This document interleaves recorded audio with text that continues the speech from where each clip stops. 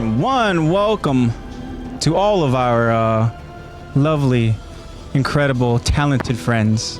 I just I'm so sorry. Huh? I just went bonk. No, that's okay. Yeah. Making sure you guys. What's up, guys? Welcome back to Attack the Talk. Sound check. I am your host, AJ, and yeah, we're gonna continue on, guys. As we talked about last week, we closed the chapter, and this chapter, man, we're making preparations to go back to Walmart. We got to go ahead and retake that wall. We need to go ahead and seal that breach. We got to go ahead and finally deal with some unfinished business, right? A lot of unfinished business, and there's going to be some new business that we're going to go ahead and encounter over at the wall, because there's a certain somebody that's waiting for him. And I am brunette Zeke, but we have blonde Zeke's waiting. And he's Blonde Zeke. he kicked Rhina's ass and was like, no, we are staying. We are staying here. I know you want to go back home, Rhina. I can see it all over your face. You're done. You've lost. You're defeated. I don't even know who you are anymore. Are you a warrior or are you a soldier? And Rhina's like, I'm a loser. I just want to go home. And then he's like, all right, I'll tell you what. If you can kick my ass, we'll go home. And then the next scene we literally always see is just Rhina's freaking just defeated corpse of a Titan body. Face is like Just there, yeah, absolutely, yeah. He literally is missing part of his like face because like Zeke just beat the shit out of him to where his armor is gone. The armor is off on. Yeah, and then we chipped away his mask. All Birdie can do is just Rhina, talk to me, Rhina. Meanwhile, Zeke's like. And then Zeke's just walking, boom, boom, boom, boom, lunging around with his ab gut. Yeah. And then he just crouches down while you're just like the wind. Yeah, all you hear is the wind just.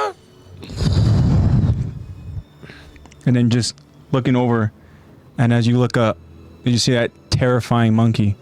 Which I get why Bertolt didn't get involved, because he doesn't stand a chance, because not like he's going to be able to nuke. You know, this Titan. Without giving away their location. Yeah, exactly, you know? It's not going to work. You'd be like, well, that's approximately over at Shiganshina. Okay, well, they're waiting for us over there. It's a trap. It's a trap. It's a trap. No, it's not a trap if you know it's a trap. It's exactly. a face-off. Yes, exactly. Oh, Face-off. shout out to the Admiral Akbars out there. Where is that from? What I just said? Yeah. Guardians of the Galaxy 3. Yes. Okay, that's why I started so familiar. Okay, there you go. Isn't that what Drax says? No, it's Star-Lord, right? Cool say. That's what Cool Quill says. keeps trying to say. Yes. It's not a trap if you know it's a trap. Being like, it's a trap. Being like, I know it's a trap. So it's a face-off. And like they say that to him like the entire time. And then like the actual dude is like, why would you walk in here knowing that it's a trap? Like, this was so easy. And he's like, it's not a trap, while he's being held back. While he's being held back. It's a face-off. While he's been detained and you think they're going to go ahead and capture him and keep him held prisoner or something like that. Yeah, it's good stuff. Yeah, shout out to the Guardians out there. But shout out to Peter Quill. They both can happen at the same time, though. A face-off and a trap? For example, like this with AOT, right? I would totally imagine that Aaron and the others are anticipating Rhina and Bertolt to be waiting for them. However, the trap is that they're not alone. Yeah. Mr. Monkey Man is there too. Yeah. So it's a face-off. So it's a monkey. face-off with Rhina and Bertolt, but it's a trap because they're like, wait, I wasn't expecting Big monkey man. the monkey and his wall of titans, you know? Like literally, you're gonna go ahead and see like. It's such a cool moment too, because just when you think you go back to the walls and everything's so quiet and stuff, and they finally find, I mean, getting ahead of myself, but they finally find the threats, and all of a sudden just bunch of lightning, bunch of like transformations are happening. Fourth and of all July. these titans or what are just next thing you know, like, ah, crap, okay, well, Okay. there's only one way out and we have to fight our way through. But anyways, guys, it's all good stuff, and I can't wait for us to go ahead and get in-depth conversations about it. But in this episode, we're going to be continuing on Season 3, Episode 12. This is Night of the Battle to Retake the Wall. And this is part 1 of our episode breakdown and discussions. And joining us live here in chat is we have our good friend, Josh. I repent. Hello, and Josh, you were on fire last week, my friend. You were absolutely on fire. And we are so just ecstatic whenever our friends join us. And man, it was such an awesome pod. And you were just again on fire with all these different cool little moments that you're out there putting in chat. So many awesome perspectives and stuff, you know, and that's what we enjoy. And I told AJ like twice after we were done, I was like, I need to sit in a room with Josh for like an hour and a half and just conversate. Absolutely. And I was so invested in what you were saying. I was like, yes, I love it. It was all good stuff. So shout out to you, Josh, and shout out to all of our other friends that join us live, because again, it's a lot of fun talking to you guys. But here with me in person, I have my two friends, and I let them go and introduce themselves. So starting with you. How are you and who are you? I am Lexi. Yeah. And I'm doing swell. You're doing swell. Like it. And then, of course, we have our friend, Zach. And Zach, I want to ask you, well, I said your name, but you can go ahead and say who you are. And also, I want to ask you, how the hell are you? The hell I am great. The hell I am great. I'm doing good. It's National Cinema Day. Ooh, so I already got my cool. $4 movie ticket. Any Regal or AMC or like major cinema distributors, $4 movie tickets. So I got my movie ticket to go see Gran Turismo. I'm super excited. Nice. Because I'm a huge Formula One guy. But other than that, it's a pretty mellow day. Yeah, it's good stuff, man. Good It's a little hot. Other than that, it's good. Yeah. It's a warm one out there. And then for any of you guys that are here live with us over on this Sunday, and you guys want to go and catch a film after the pod, there you go. Zach just said National Cinema Day. So hot though. It's almost as if I'm like. Aha! That says, bro, Gran Turismo was so good. Yes. Oh my God! Do you guys know what it's about? Yeah, it's well, roughly. I kind of just know that it's based on true events, right? It's based on a person who is they're really, really good at the game, right? And then I don't know details and everything and stuff. All I know is that Hopper was like, "Hey, join the crew. Go ahead, go ahead and learn how to race." I don't even know his name. I'm just go ahead and let him just go through all the different stimulations of just learning and all the training and stuff like that, right? And it's like so adrenaline and running and whatever and stuff, you know. And then we don't know, and we're gonna find out if they're cut out for it. Yeah. And, basically, it's because a lot of the racers in Formula One do use the game as practice because it's very. That's an insane concept, right? I know, right? It's very in depth to the point where you can even change like the softness of your tires, the air pressure, things like that. Wow. Little pieces. So there's a lot of details over in the game. Yes, very attention to detail. It's not just as straightforward as select your car, just choose the map. Yeah. All right, it's select like your Mario difficulty. Kart. And all of the manual or tracks automatic are based off real tracks as well. Really? So that's so cool. Like I'm very big on the game. I still play it all the time at home. But one thing that comes to mind is when I went to Anime Expo in like 2019, they had the rigs. They had all of the rigs set up where the chair moved as you turned the wheel. Yeah. And so they actually used it for training purposes. And this kid is just so good at the game where they were like, well, let's bring the best Gran Turismo players and see if we can make a racer out of them. Yeah. And everyone failed except for this one dude. I'm not going to name his name. If you don't know his name, watch the movie.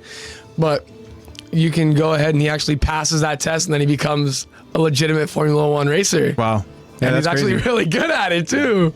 So I'm excited for it. Yeah, that's amazing. Can you imagine though? Like, okay, well, real quick before I go ahead and jump to my kind of hypothetical question here, but I mean, Josh is here saying that people need to see it. It's one of the best movies that he has seen this year. He said, "Shit made me cry." And he says, I was on the edge of my seat, and I'm not even a car person, or I've never even played the game. And that's it's just a well-made movie in general. And if you know those extra little bits of knowledge about like Formula One or about the game, it just makes it that much better. But either way, it's still an amazing watch. Yeah. So I mean, that's super cool, man. It's cool that you're seeing that after the pod. And to what you said about somebody being so good at a certain video game that like in real life they're like, oh, let's go ahead and let's see if they're made to go, or if they have what it takes to go ahead and do that. Translate to. Can you imagine if that was like the real thing, like COD or something like that, where they're just like, damn, this person's KD ratio, or this person is so freaking good at in COD, and all of a sudden they're like, hey, you want to go ahead and join in the military? Do you want to go ahead and join their whatever? Sure, I can see that. Where's the UAVs and where's my loot crate? I can see that being more authentic with like Rainbow Six Siege. Because that's a much slower paced game where it's like more authentic. Like it's one shot, headshot. Like doesn't matter if you get in the head, you're done. So yeah. But I could totally see them being like, "You're good at Rainbow Six Siege. You want to join the Navy? You want to join the FBI? Want to do it in real life?"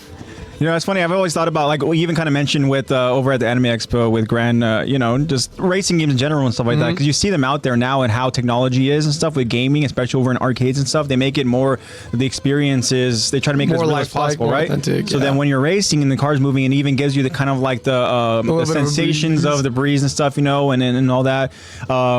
And obviously they do that with like horror games as well, stuff. They go and they make sure that you're in this kind of enclosed, like dark, interactive experience. Yeah, exactly. Or augmented reality. But can you imagine with like first-person shooters or like any kind of shooting game where like they have you put on this kind of like full-on suit, like a vest and everything that senses pain sensors. Oh, so no, I know there's something about this out there. All of a sudden, you feel like a shock, like or whatever and stuff like that, and any timeout, whatever, for a little bit.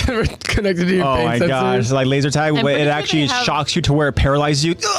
I'm pretty sure they have controllers that do that shock you when you die. No, I mean, if you go ahead and you're getting headshot, all of a sudden your head just like, you get a headache. Think of like Sword Art Online, where it's like you feel it, you feel it in your body. It's very real. Yeah, and that's can you imagine? You get shot in the dome and you just have this major headache for the rest of the day. 2 hours, 3 hours. That's what Josh said. Wish Sword Art Online was real.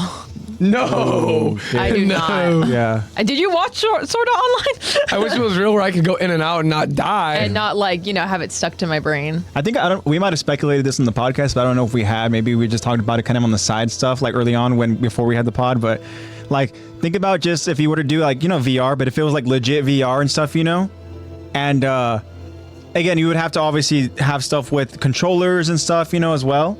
But just a virtual experience of being a scout and just going and using your like ODM gears and stuff like that, I think me and you have talked about this because someone made a VR game. Yeah. Well, you sent me something recently, and it was a video that I think it has like 1.5 million views, which is super cool over on YouTube. But about some guy actually made his own ODM gear. Yes. Yeah. Oh, that was so badass. So yeah, I was like, insane. what the hell? But can you imagine a game like that though, like an actual legit game and stuff, where if you go ahead and you're putting on this virtual reality kind of headset and stuff, when you have it attached to you with the controllers and everything. And then you're just able to go ahead and use, and obviously you see stuff too where it's like you're literally almost on that kind of like this treadmill looking thing where you can go ahead and kind of move around and stuff, and all that. I've seen those. It's like the little circle that you're like strapped in so that you can keep like running, but like how cool would that be? How cool would that be if you can go ahead and literally run, right? All of a sudden you're like seeing Titans around you and stuff, right? And you have to go ahead and strategically, obviously, and you have to go ahead and be accurate with your kind of ODM rig and stuff like that, and all that and stuff. And obviously, as you're watching it, it gives you kind of like health.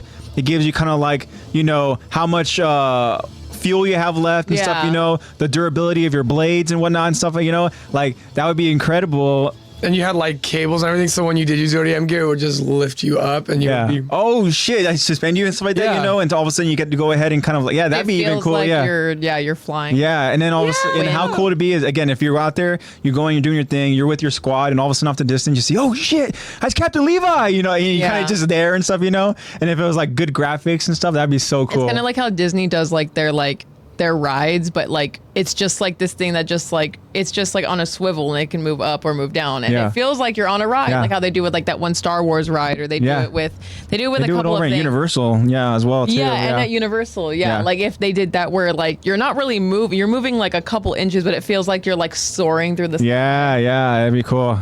Just that'd be awesome. We're not quite there yet, but I think it's only a matter of time before we even get to that part. Just where there's not going to be arcades aren't going to be a thing anymore. Arcades are now going to be like augmented reality. Like Jesus, Josh. Imagine police with the anti-personnel ODM gear with the guns. Oh my gosh, no way. As if they're not scary. I know. Can you imagine? Okay, first and foremost, with that point though, right? Just think about the power complex that police would have, knowing that they had like such gear, such weaponry, to where like too much power for the average man to have. Too much power for the average man to have. Honestly, if police had ODM gear, I really do think that it would limit crime activity, because like how are you going to escape someone that's flying at you? I don't know. Like people would think twice about like we just get ODM versus car chase. And then again, that would be cool to go ahead and just see visually. Shoot your ODM cable through like the car, and then like bring yourself to the car. That'd be crazy. Full on Batman stuff right there. No, it literally really is. Bring yourself to the car, land on top of the car, and now you're just like, pull over! I said pull over! Yeah, you grab the wheel yourself. The freaking driver on top is just ding, ding, ding, ding, trying to go, and stuff. And I think the police training would be a little different. Oh yeah, for sure. It would definitely be more like I might actually like consider joining the force. It would definitely be more like scout training. That'd be crazy. Yeah, it's an interesting thought. Thank you for that, Josh. Aim for the nape of their neck every time. Wow, that'd be crazy. But that's all interesting stuff to go ahead and kind of just think about for sure. But guys, you guys know the drill. We got to warn you guys about spoiler talk. yeah, I mean, it happens every single episode. It feels like we love to go ahead and talk about whenever we come across episodes where something is so important to what happens later on in the story, we have to talk about it. Everything's always connected. It's always connected. Even with last week when we kind of just started hearing some details about the past and hearing more details and more clarity and even just a better idea on who maybe Grisha is as a person, we were obviously speculating about him being a master manipulator as well. Him obviously he is. Him obviously knowing a lot more than what obviously people perceive, and that's something that you can tell right away from watching the episodes, but you don't necessarily know, oh shit, how much he knows, how much he's seen, how much memories or visuals or just, again, past or future, right? How it just affects him, and to the point where, like we talked about it, like he was really in this, like I said, he was in this glazed state of mind where he was just like, you could tell, like, he was, all right, I'm done with this. Let's go ahead and let's move on and stuff, and I have to pass along this power, and yeah, it's so much. And again, we kind of talk about, like, I'm only using this kind of this example, but we talked about the police and ODM gear. Can you imagine being a human, being a person, being a doctor, right? And then being a Titan user, right? And then getting this task of, like, being warned you're going to be a Titan user. Not just that, you're going to go ahead and steal from the royal family the founding ability. And once you acquire that ability, and we see, obviously, we're going to go and talk about it in the future, but just the toll and just the absolute what it takes for him to go ahead and do that. He literally has to go ahead and get pushed by future Eren, right? And he goes and he does it. He comes out of this absolutely a changed person, right? And having the weight of all of those kills he just literally did, like killing literally children, right?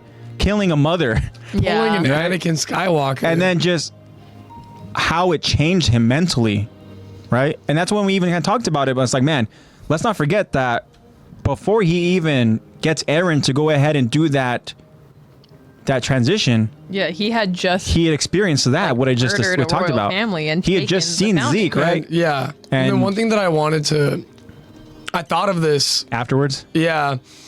And, like, to kind of play devil's advocate to what I was saying last week, because I still firmly believe that Grisha knows all.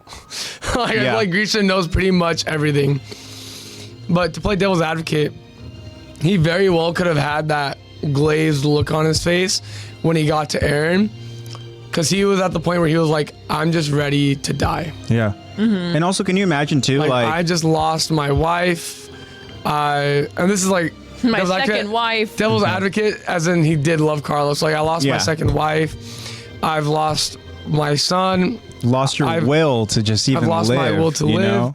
So, like, fuck it, Eren, just eat me and let's get this over with. But can you also imagine, like, you go ahead and you see this person and you realize that this person has been manipulating me the entire time, future Eren, right? And you're like, I'm gonna give him, and you go ahead, this power to do it right now. And maybe you have a certain kind of emotion towards that person. Maybe you have a little bit of disdain, a little bit of hatred, and a little bit of obviously he's he's very caught off guard. But again, like I said, maybe there's some hatred, right? And then you go ahead and you find that same person as a child, right? How are you gonna feel when you be like, damn, this little shit got me. It's like the do you kill baby Hitler question. Yeah, exactly. He got me, man. He got me. Baby Hitler did nothing wrong. Do we kill baby Hitler? Yeah, exactly. And so at that point, maybe Grease is just like, hey, respect. Let's just get this over with because I'm done. Me, you little shit. Yeah, you got me. All right, here, just take it and let me die already. Interesting. Yeah, but Josh here says interesting. I remember when I first started listening to you guys on Spotify, I thought you guys were watching the episodes for the first time and then doing the podcast. So I was shocked, like, how do they know that? And he thought that we were just like all knowing, super smart. No. I am Eren Yeager. I have the memories. No, so early on with the podcast, we probably had seen it at least 2 times because some of those early episodes and stuff. I remember for me watching it, experiencing it for the first time and stuff. And then like I've been on record to say that for me, like, anime was something that I was reintroduced to by Lex, and this was during quarantine, and so she introduced me to again anime again, starting with My Hero, and then we moved on to Tokyo Ghoul, and then with Lexi realizing that Attack on Titan season 3 is going to go ahead and be starting up, she's like, hey, I want you to watch Attack on Titan. Yeah. Right? And you'd gone up to season 2, right? Mm-hmm. And so we go in and we watch season 1 and season 2. So for me, watching for the first time, you watching it through a second time, you know, and again, just because it had been a while. Yeah, because I remember you said that you started watching that when you were in like middle school, season 1, right? And so for you, you're watching this again with like the mindset of like, oh, reminding yourself, but we're seeing like, oh, so it was kind of there in front of my face this whole time, right? Yeah. But now you were also watching it with me experiencing for the first time. So you were kind of like, all right, how is AJ going to go ahead and react to certain kind of big moments and stuff, you know? And I can't tell you anything. No.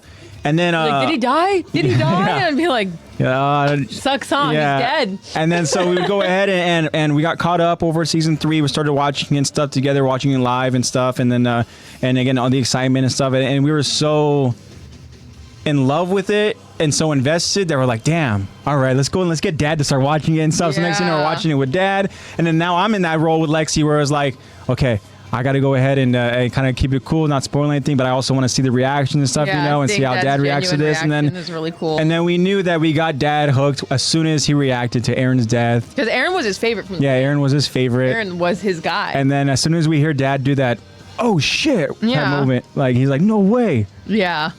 You know, and then for anybody that watches Game of Thrones, that's one thing we kind of did tell Dad. We're like, I'm telling you, Dad, like, you got to watch this. Because he's like, I don't watch that animated stuff. Mm-hmm. And then tell him, like, look, you're going to like this one. You know, and it's kind of in a way similar to Game of Thrones in the sense where it's like, don't get attached. Anything can happen to these characters. Yeah. And then as soon as that happened to his favorite character, that's when he was like, damn, wow, you're right. Like, it was like Game of Thrones. Like, wow. You know, just when you think certain characters are untouchable. And then, it's a cool moment. But so, we'd seen it already a handful of times before we started the podcast. So, I think that, again, this podcast was created because we had seen Attack on Titan already a handful of times, you know? And just the three of us would go and literally just spiral into conversations. Oh, my God. About something that happens as something that early on in the story and how crucial and important it is later on in the story. Like, there's so many times where we spiral, so I'm like, you know what? Let's just create a podcast. And then here we are, you know, doing it. And who would have thought? Yeah, who would have thought? Talk so much. Yeah. And interesting, Josh says, well, awesome too. He said he made his mom watch it. Good call. So I hope that your mom liked it. Yeah, Attack on Titan's for the people. Yeah, exactly. You know, and if for anybody that goes and gives it an opportunity, I think they're going to enjoy it. For some, I will say that people don't like to be, especially in episode 1, people don't like to see gore, don't like to see stuff crazy, especially and all that, you know. Giant naked people. And when you see, like, again, the moment where, you know, Carla dies, that could be jarring for people who are like, okay, well, this isn't my cup of tea. Like, I don't like this kind of stuff, you know, and you know, to each their own, right? But then you got people who, when they watch, you know, like, oh, damn, this is really good. And it's great. And Josh says he's rewatched this show maybe 7 to 9 times, and I'm gonna rewatch it before the final special comes out. Yeah, absolutely. And for us, we've only seen really season 4 once, right? Maybe we have rewatched it only because when the dub was coming out, like we had watched it in live time when it was getting, you know, released, and watching it subbed.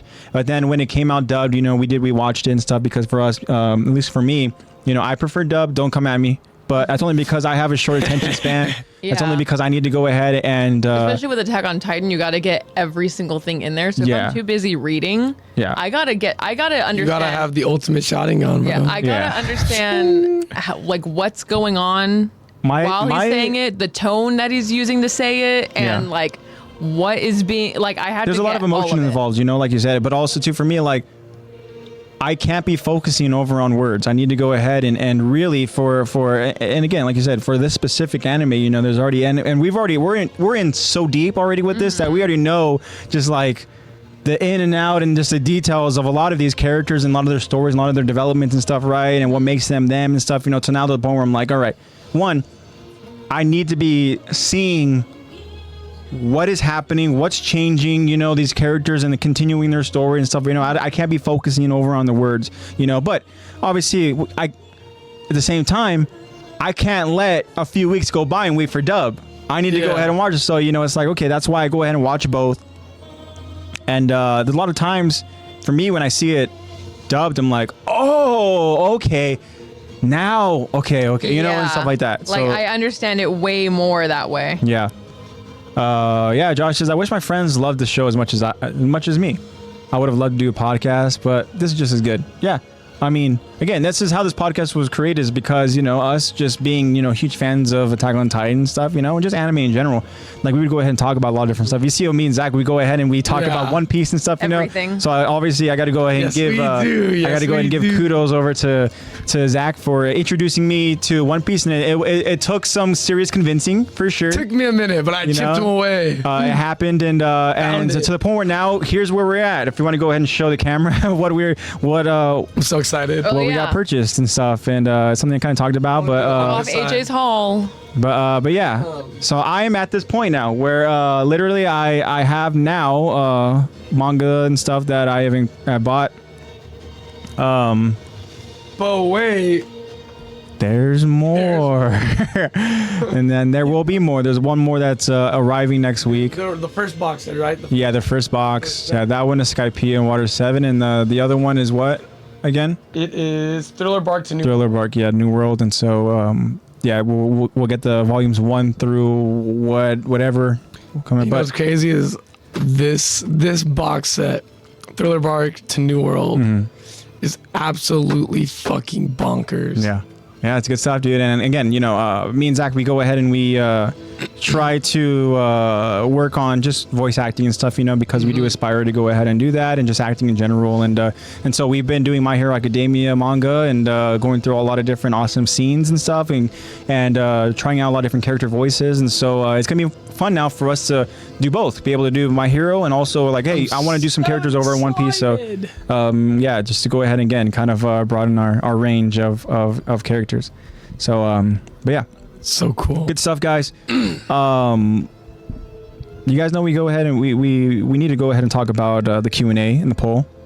We do that every single week, and Zach's stuck on that blurry vision. There we go. Good stuff there. Something you said, Zach, about Grisha, saying that we can assume that Grisha has seen all, right? It's actually something we asked in the Q&A, right? It's something we actually talked about last week. And so we asked our friends, and I'm excited to see what they said. So without further ado, I'm going to go ahead and let Lexi take it away, and she can decide which one she wants to start with. Yeah, I'm actually going to start with the Q&A. Beautiful. So last week we asked you guys, do you think that Grisha knew that it was Dinah who ate Carla? Which I asked while you were emptying your little baby bladder. Yeah, you had this question, and then later I was like, oh, hold on, ask the question to Zach. I'm going to be right back. And then it was like, do you think? And then you were like, hold on. Yeah. And I was like, okay, well, me and Zach will talk about it then. And then you came back in and you were like, what was the question? Can you repeat that for me, sir? Yeah. But yeah, so because like we said before, like Grisha had just gone through this whole like he just took the founding titan from this royal family, committed all this murder after having all this knowledge about outside the walls. Yeah. And then obviously saw Eren, future Eren, manipulating him, telling him to do it, and then just saw like he just like went through like the most mentally like the craziest visions, like of knowing that like what is going on. Like we were saying that he probably knows like the end, the end game. He probably saw the rumbling. He probably saw everything that was planning on happening, and that he knows that he must have, especially if he gave that warning to Zeke. Like he must have, you know. Yeah, like he's probably seen the whole rumbling and like knows what the broad plan is. And then when he goes to Eren and asks him like, "Where's your mom?" and like goes to that current Eren at the time, asks, "Where's your mom?" and then says that a Titan came and ate her, and like Zach was saying, had the very glazed look. Yeah. We were wondering, does Grisha know all of the details, knowing like he probably already knew that Carla was dead, or unless he didn't, or does he know how she died? So I wanted to pose a question. Yeah, it's a good question. Does he know that Dinah, his ex-wife, was the Titan that ate his current wife, Carla? Did the monkey mommy eat the attack mommy? Exactly. Yeah, very, very interesting. And if I remember correctly, I think, Zach, you had mentioned it's like maybe he kind of knew what the idea of just using the motivation tool, right, to Aaron and being like, where's your mother? Knowing that she's gone, knowing that he was going to say that. And then he was going to be like, look, you will avenge her. You will. And that's now kind of like planting the seed in his mind, little Aaron, right, of just like. Because you have to realize, why would he needs that motivation. And why would Grisha want this outcome? Like, he already saw Aaron. He knows Aaron's in control and pulling the strings. Yeah. Mm-hmm. So then what's the point in him further feeding into young Aaron and getting this malice into young Aaron of, like, avenging people? Mm-hmm. Like, there's no reason for him to say that. Like, I feel like if he hadn't interacted with Aaron, he wouldn't be saying that. Mm-hmm. Yeah. Which is a great point. So we wanted to know what you guys, the Attack the Talk fam, had to say. Mm-hmm. So first response is actually in the response of a photo from Hater Xenon, aka I Repent, aka Josh, joining us here right now. Hello, Josh. What's the picture? I wonder if I can make this bigger. He sends a photo of a questioning monkey and says, "Me." If you guys can see that, I don't know if you guys can see that very well. That's but so adorable. It's a confused little monkey, and he says, "Me don't know." Yeah. We'll say. Yeah. I mean, again, this is like Lexi said. I mean, Grisha already saw a lot. He experienced a lot. Obviously, acquiring that founding Titan ability, and he was kind of in a kind of way atoning for his sins with seeing Zeke again. And realizing that he wasn't the best father. He was just more like a drill sergeant to him, right? And he was on this mission, and he kind of just had Zeke go along with this and stuff. Zeke had to go ahead and kind of, prove himself to his father and stuff, and it was all difficult stuff for a kid to do. And then, it's just Grisha, who knows all that he saw. This was an interesting question. And again, there's no way for us to even kind of have any answer to it. Yeah, to know. Yeah. And this is purely speculation. Until we finally get Isayama to sit down with us. Yeah. And then we just question him for hours. Yeah. And then to kind of go off what Josh said, because Josh said he didn't want it, especially after killing the family, he begged Zeke to stop that psycho. Then if he's begging Zeke to stop him, then why is he... That kind of like goes... I totally get what you're saying, but I feel like that goes to further my point, where it's like, then why would he tell Aaron to avenge his mom to begin with?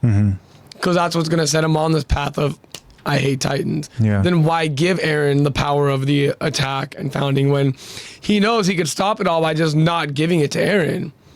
Like, he could essentially just break the loop. Yeah. And then I just wonder if there is some sort of, like you said... but Aaron's probably just forcing him to do it. You said loop.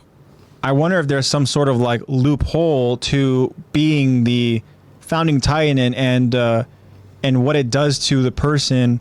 And for all we know, maybe Grisha knew that he wasn't able to, just kind of hold this power for an extended period of time, and who knows what it would have done to him. Again, we don't even know the details. All we know is that, like, for the users, that obviously because you have such amount of power that it takes so much of your body, right, to where we saw somebody like, Udi live out his entire 13-year span as the founding, and it drastically aged him. Yeah. And so we don't know, and that's him being a royal family. We don't know what this is going to do to somebody who isn't supposed to have it.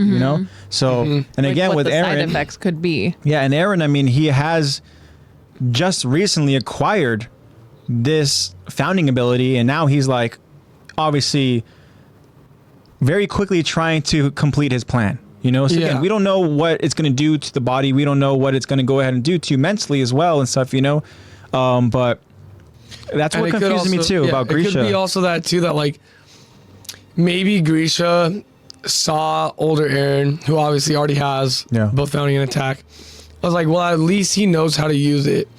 Better him than someone who doesn't know how to use it. Like, maybe Grisha was like, there could be a better chance at stopping Aaron while he has it compared to if someone else who we don't know about got it and now wields this power and could do even more damage. Yeah, we don't know. I mean, again, it's one of those things where it's like, man, like maybe like you all said, more plausible. It's just all up in the air on which one it really is. Maybe the best thing he could do in that moment was to, again, just warn Zeke and just leave it up to them to be able to go and stop Eren, you know, and yeah, I don't know. It's what's got me confused is the fact that like if Grisha has seen things play out, right, then it's like he is the person who is giving Eren that strength, giving him that power. So why go through with it? And that's one thing that's kind of interesting to me, you know. But again, we don't know the full details. That's why I'm saying like Grisha might see it easier to manage if it's in Eren's hands than if some random stranger got it who has a completely different agenda. Yeah.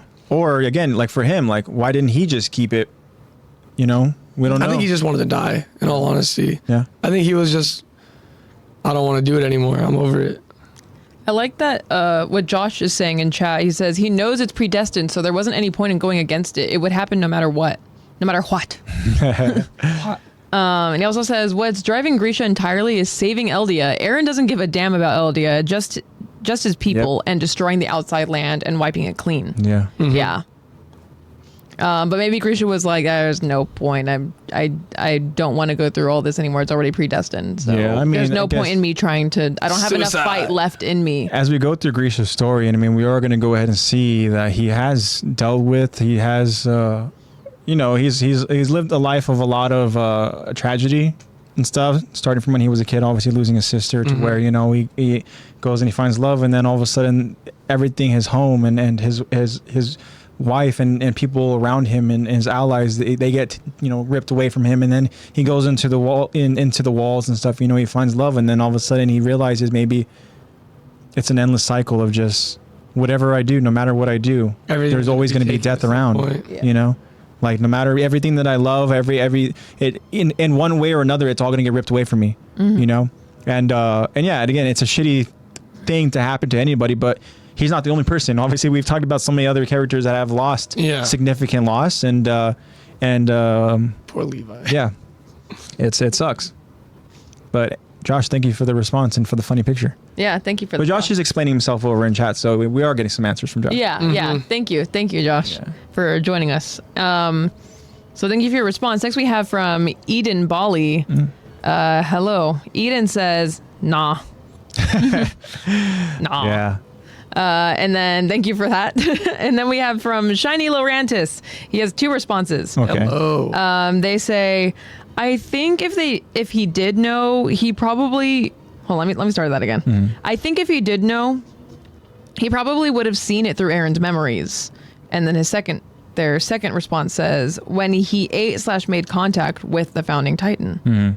So Shiny Laurantis is basically saying that he would have seen it through the memories. Yeah, Grisha would have seen it through Eren's memories when making contact, or when he ate the founding Titan. Yeah, and again, it kind of goes to your point too, where he's kind of seen, you know, events play out and stuff, you know, and you got to think though that for him, Grisha, because he obviously witnessed his ex-wife transform right in front of his face, right? That had he seen her again in that Titan form, he would recognize her, you know. Yeah, he would. So again, you know, it's like one of those things where it's like, and again, that visual is something that probably haunts him, you know? Like, can you imagine somebody that you love deeply and care about so much, and then like your first love, and then they turn into this monster. That monster is going to be an image that is going to continue to haunt you and stuff, you know? Especially if it's eating your second love. We don't know if he actually loved her, but oh my gosh. Real quick, Josh is also bringing some good points. One, he's starting with the Attack Titan, going back to Eren, but he says the Attack Titan is Eren's will. So no matter who has the Attack Titan, they are driven by Eren's will. Okay. And that's an interesting thing. Again, that's kind of the theory about Eren Kruger feeling, for whatever reason, like obligated to give it to this specific person to tell him about certain things, details, and dropping specific names. Right. And again, for that to happen, I think that all just goes from where the story's going to end, right? To Eren being this strong person, to Eren somehow, again, planting seeds in the past to ensure that everything goes right, you know? And it's such a weird, like, cycle.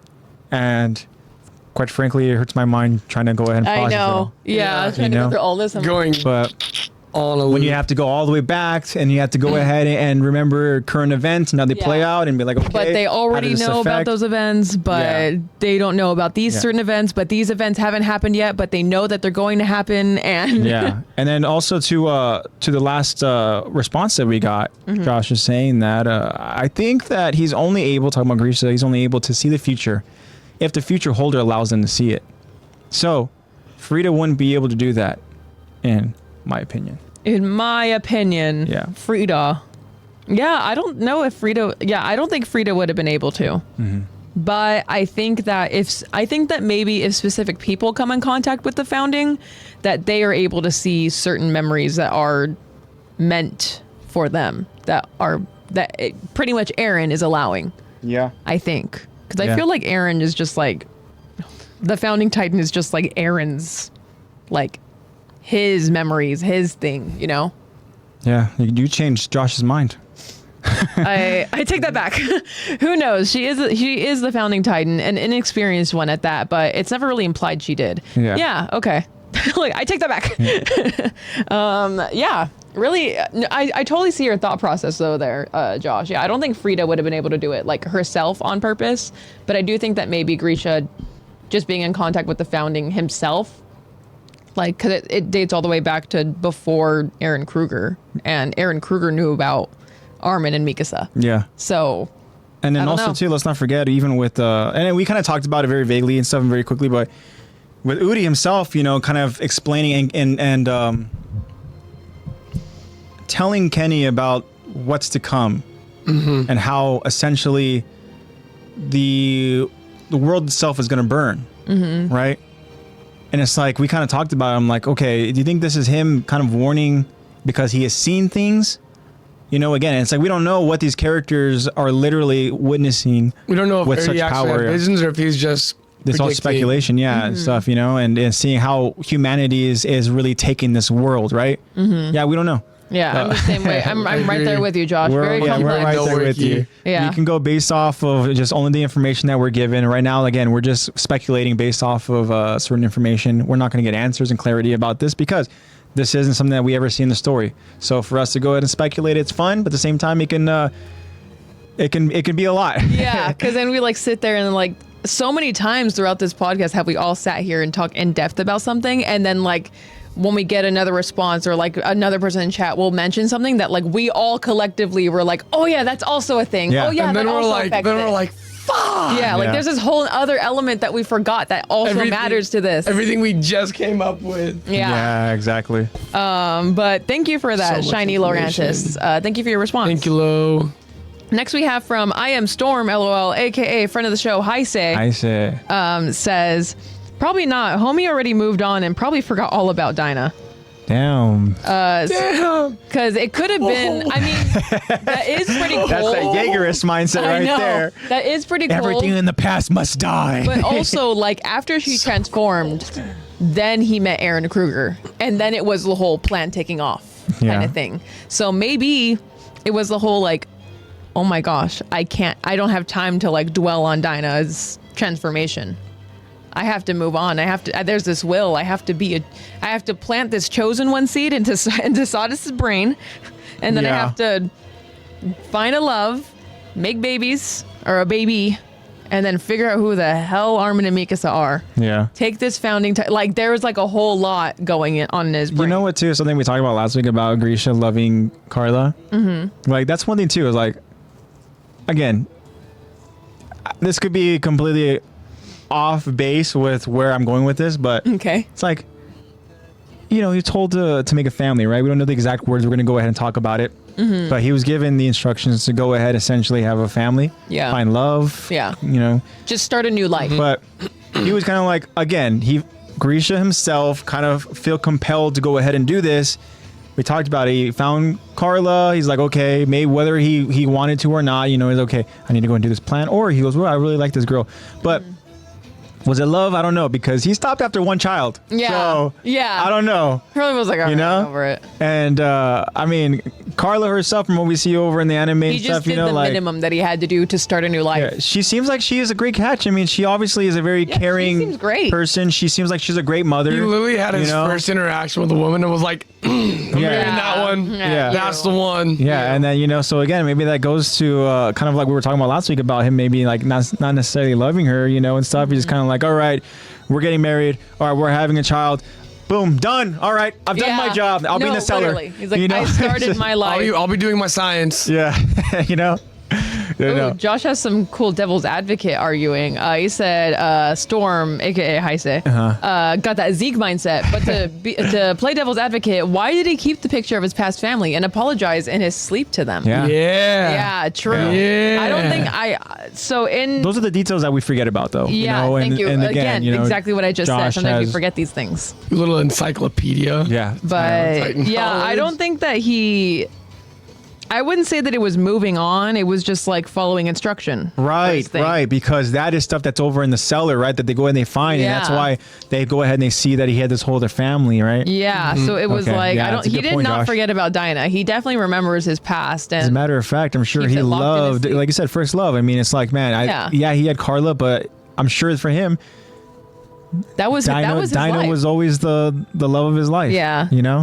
Dinah was always that one. Yeah. The one that not the one that got away, the one that transformed. Just Grisha. I mean, he's just in his heart. He's just into blondes. Yeah. Sorry, Carla. You're just part of the plan. Yeah. But thank you for the Heise. And thank you, Josh, for that devil's advocate for reminding us that he has this whole freaking photo of them in the cellar. He probably goes in that cellar, literally goes in like.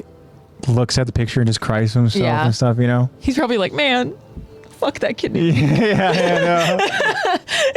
I wouldn't be here if it wasn't for that freaking blonde. Yeah. But yeah. Snitches got stitches. Yeah. Next is from friend of the show, Bobby7. Hello, Bobby. What's up, Bobby? Can't wait to hear what you have to say every week. Bobby! This week, Bobby says, nah, I don't think he could have known since Aaron never showed him those memories. But Aaron, on the other hand... Yeah, that's stuff where it's like, damn. Aaron knows all, right? Yeah.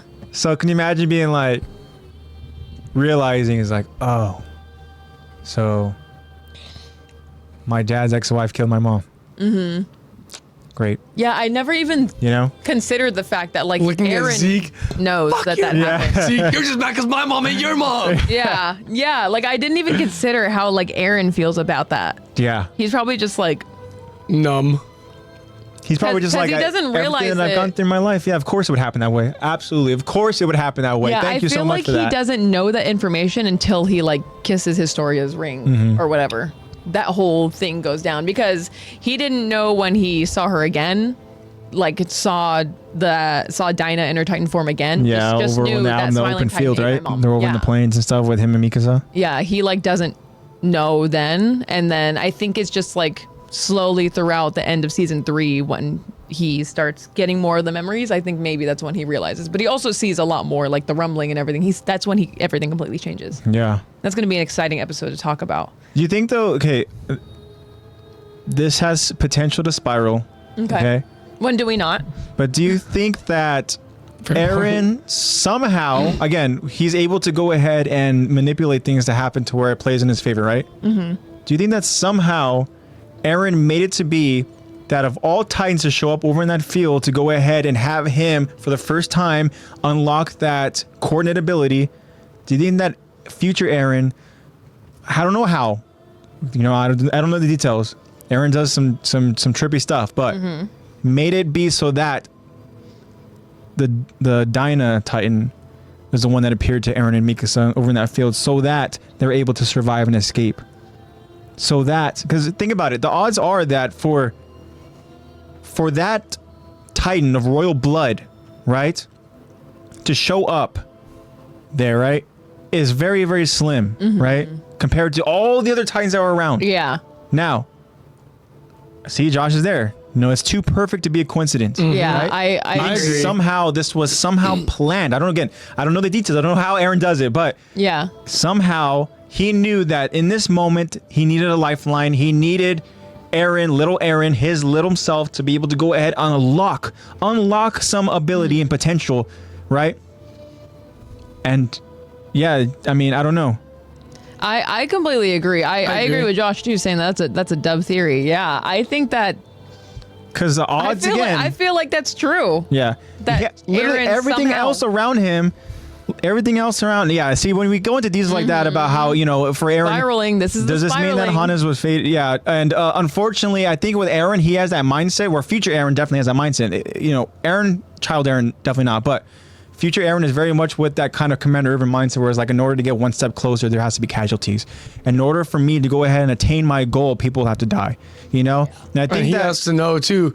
It's people that will affect my mentality as younger me. Yeah, you know, that will mold me into the me I am now. Yeah, yeah, and it's that sick, disgusting mindset that we know that Aaron has, where it's all just manipulation. It's all just like, it's all very calculated, you know. And again, in order to be calculated, you need to know how the events are going to play out, and which means that he obviously knew that that was going to happen, right?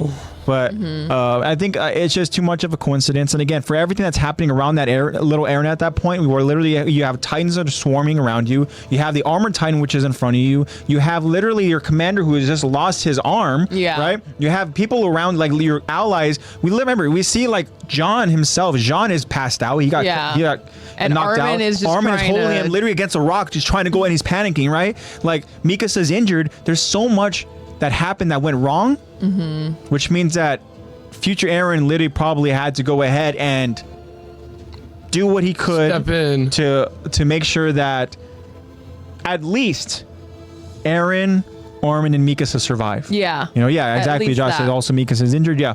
Yeah. And if Hannes had to be a casualty, then future Aaron doesn't give a damn. But also too, it's like Zach said, that in order for Aaron to continue on and have those motivations and stuff like that to carry on, right? People that he cares about that are unfortunately casualties need to die. Yeah. You know? And Aaron's literally playing 5-dimensional chess. Yeah. By fifth dimension, I mean time. Like he's. Yeah.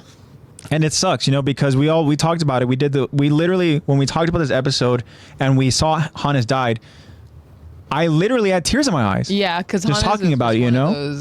And again, at that point, Hannes, I mean, the signs were all there that we were going to lose Hannes, because he was talking about what those kids mean to him. You know, he was reflecting and stuff on good times and old times and how he just wants to go back to when times were so simple and stuff. You know, the signs were always all there. And yeah, unfortunately, things have to happen in order for characters to get that certain development, in order for them to go ahead and change their mindsets and their motivations, in order to carry on, especially in a world like this where it's so easy to give up. We've seen Aaron in that give up phase. Like, there's always future Aaron there along the way to make sure that little Aaron carries on. Yeah. You know? And yeah. I hate it, but I love it. Yeah, exactly. Makes for a great show. No doubt. But thank you for that, Bobby. Yes, Bobby. Thank you so much for that. And for helping us spiral. You always manage to do that. Next we have from Kenny, friend of the show, Kenny. What's up, Kenny? Kenny says, wouldn't he have seen it through Aaron's memories from the future? So Kenny believes that Grisha had to have known that was Dinah, because he saw all of Aaron's memories. Yeah. So he thinks that he's seen all those memories. Yeah, and again, we don't see everything that Grisha sees. You know, so we know that's that what makes this show. That's what causes us to spiral. Yeah, because exactly, they don't show us everything. Yeah, and so it's moments like that where it's like, okay, you have somebody that gets a rush of and realizing what's gonna play out, how they played out, you know, what happened. It's one of those things where it's like, okay, Grisha had to have seen all the significant moments that played out in his child's life. And we know how impactful that moment was to Aaron, right? And also, this doesn't mean it doesn't do Grisha any good because he's already gone. But remember, Udi did say that he was going to go ahead and live on through the next person. And so in a way, it's like Grisha, I mean, whether he's alive or not, he's going to go ahead and realize that that's what happened. Yeah. Right? Because we saw Udi very much living on through Frida. Yeah. Like Kenny said, not this Kenny in the show. Yeah. Kenny Ackerman, like he said, it was his words out of her mouth. Yeah. So seeing how, like, influential in how powerful the founding Titan, the previous user's personality is to moving on to the next person, that's crazy. Yeah, absolutely. What is up, Kyron? Oh, my son. Fashionably late, I This see. is the time, man. We are spiraling. Him and his cool man shades. Yeah. And as you can see, Kyron has still got that beard going for you, my friend. Just coming for in you. very, Just for very you. good. In this heat. In this lovely heat that we have. No, this isn't heat compared to, I'm sure, where Kyron's over at. He's over in Louisiana and stuff. So he's got that Heat. He's got that heat over there. But yeah, we're so happy that you're here able to join us, Kyron. We're just going through the Q&A right now, and we're talking about Lex, you want to go ahead and read that question again? Yeah, the question is, do you think that Grisha knew that Dinah was the one that ate Carla? Yeah. So we're listening to the responses, and it seems like with every response, we are just, again, spiraling, our third eye of AttackOnTitan. Yeah, opening. and these are one of those questions where, again, we don't ever get any specific kind of answers and clarity to it. So for us, it's all just up to our own interpretation. We're trying to go ahead and pinpoint certain details. We're having Josh here, I Repent, who is helping us with events and how they play out and stuff. So yeah, we're just we're going through right now mentally with all the different speculations. Do we have any other responses, Lex? Yes, we have 3 more. Okay, let's do it. So thank you for that response, Kenny. And we have friend of the show, Eddie. Eddie Hinston. Eddie. What's up, Eddie? Says, yeah. That's it. Yeah, so he just says, yeah. So he thinks that, so Grisha knew that was Dinah who ate Carla. And thank you for that, Eddie. Next we have friend of the show, Rena Nell 9614. Hello, Rena. Shout out. She says, no. Okay. Thank you. Yeah. Thank you so much for that. Thank you for that. Concise, short, sweet. Yeah. Good point. You know what? Yeah, I like when it's just, you just seem so confident in your answers. It's just, nah, he didn't know. And then lastly, we will never know. Yeah, and we will never know. That's enough of an answer. Josh W response. Yeah. And lastly, but not least, we have from Puka Flame. Hello, Puka Flame. Says, no. Oh, okay. So the last 3 answers were just like one word. We have no, and yeah, no. no. Yeah, no. Poll question, baby. Okay. Yeah. So what is the majority that we have? If you can go ahead and very quickly see. So the majority is no, right? The majority is no. No. Okay. So the majority of our friends think that Grisha did not, in fact, find out that his ex-wife killed his wife. Yeah, ex-wife killed his. Yeah. I still firmly believe that he did. Yeah. Yeah, I guess we will never know, like the in-depth of what memories they did see. We are all pretty much Josh's response. Yeah. We are all just like me don't know. We're all just little monkeys. As big Kanye finger in once our said, mouth. I guess we'll never know. I guess Yeah. we'll never know. I guess we'll never know. One of the better things I guess Kanye has said. Yeah, that is true. That is very true. Whoa, what is up, Eddie? We have Hello, missed you, Eddie. We just read your simple response. You're so your response. You're so poetic. Yeah, exactly. What's up, Eddie? Hopefully you're doing well. Same thing with you, Kyron. I know that Kyron actually hasn't been with us over the last couple pods, and so we're so happy to go ahead and have our friends join us. What's up, Eddie? Hope you guys are doing well. The gang's all here. I feel like SpongeBob. But again, with that kind of question that I had early on, right, about Udi living on through Frida, does that mean that Grisha is himself like somehow, like you said, the words, right? You said, right, the words. Yeah, the words like of Udi are coming out of Frida's mouth. Yeah. Now, crazy. Is this where we saw Grisha and his manipulation tactics? And does that mean that Aaron himself has developed this manipulation tactics from his father? Like, where are we going with this? I have crazy theory.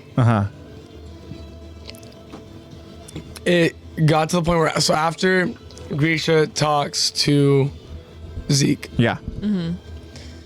he's got a bit of a walk back to get to Aaron, and Udi might still be in there somewhere, and they might just be having a little chit chat. And then Udi's like, "Hey, I've seen all. The world is gonna go up in flames thanks to your son, and there's nothing you can do about it." And that's when Grisha just caves in, and he's like, "I'm done." Okay, what's weird though is that, like, okay, I just realized something as you said. that Grisha himself had time to reflect right after, as he was making his way to, over to Eren. That's true. It is.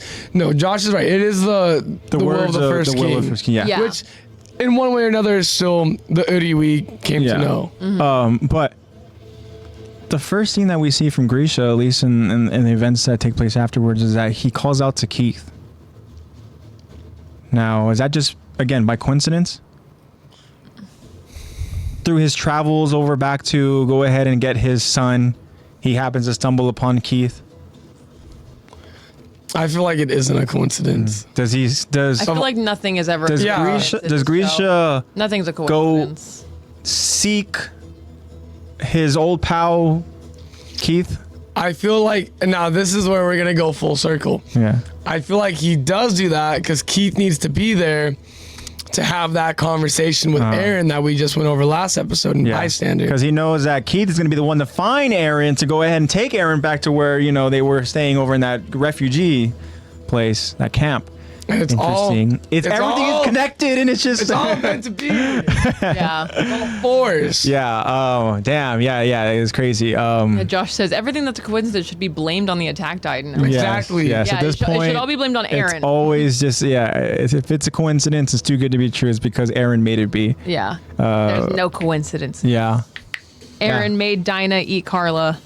Yeah, you know, Eddie recalls. He talks about when he called out to Keith when the walls fell. Yeah, and we see that literally. There's no fate. It's all Eren. Eren is God. Yeah. I understand Jacob's absolute spiral into Jaegerism now. Yeah. Like, you know what? He does. Eren is God. Yeah, absolutely. Why he has this affinity towards Flock, I don't know. What a interesting Q&A. Thanks, Lexi. You're welcome, Lexi. Thank you guys all for your response. Let's give it up to Lex. Yeah, for asking that question. Right before my bladder was about to explode. Yeah. I just had to leave you on a cliffhanger, or you left me on a cliffhanger. Yeah, it was good stuff. But thank you guys for all of your Q&A responses. Check in on our Instagram story every week. Thank you, Karen. Call me Wex. Yep. But yeah, go ahead and check in on those every week. We post those on Fridays. Fridays is Q&A, and then Saturdays is the poll. On Saturday. Which we'll go and we'll get to very, very quickly. But I do want to say that Kyron says life has been busy. Yeah. So Kyron, we know that Kyron has been doing his photography, and make sure you guys go and check that out over his Instagram. Has dabbled in a little bit of art. Yeah. He's been going doing some art as well, and all that. Is that also over on his Instagram? Yeah. Okay, so make sure you guys go ahead and follow our friend at portraits.ka, right? Mm-hmm. Portraits.ka. Is it portraits by K.A? Okay, portraits by K.A, portraits by K.A. And also, again, a huge shout out to Kyron because Kyron is also our TikTok manager as well. Yes. So make sure you guys go and see what Kyron is coming up with over and on TikTok at Attack the Talk podcast. The proud anime freak father of his artistic son. Every time we see something. So Kyron himself, he put it over on chat. So make sure you guys go and give him a follow and see what Kyron's been up to. And every time I see you post something, man, you keep me wanting more. Yeah, so I swear, my man's gonna end up on an Animal Planet documentary. How insane would that be? Like that is. He's gonna be the animal. No. Yes. Well, he is a car titan. He is a car titan. He is a car titan. Yeah.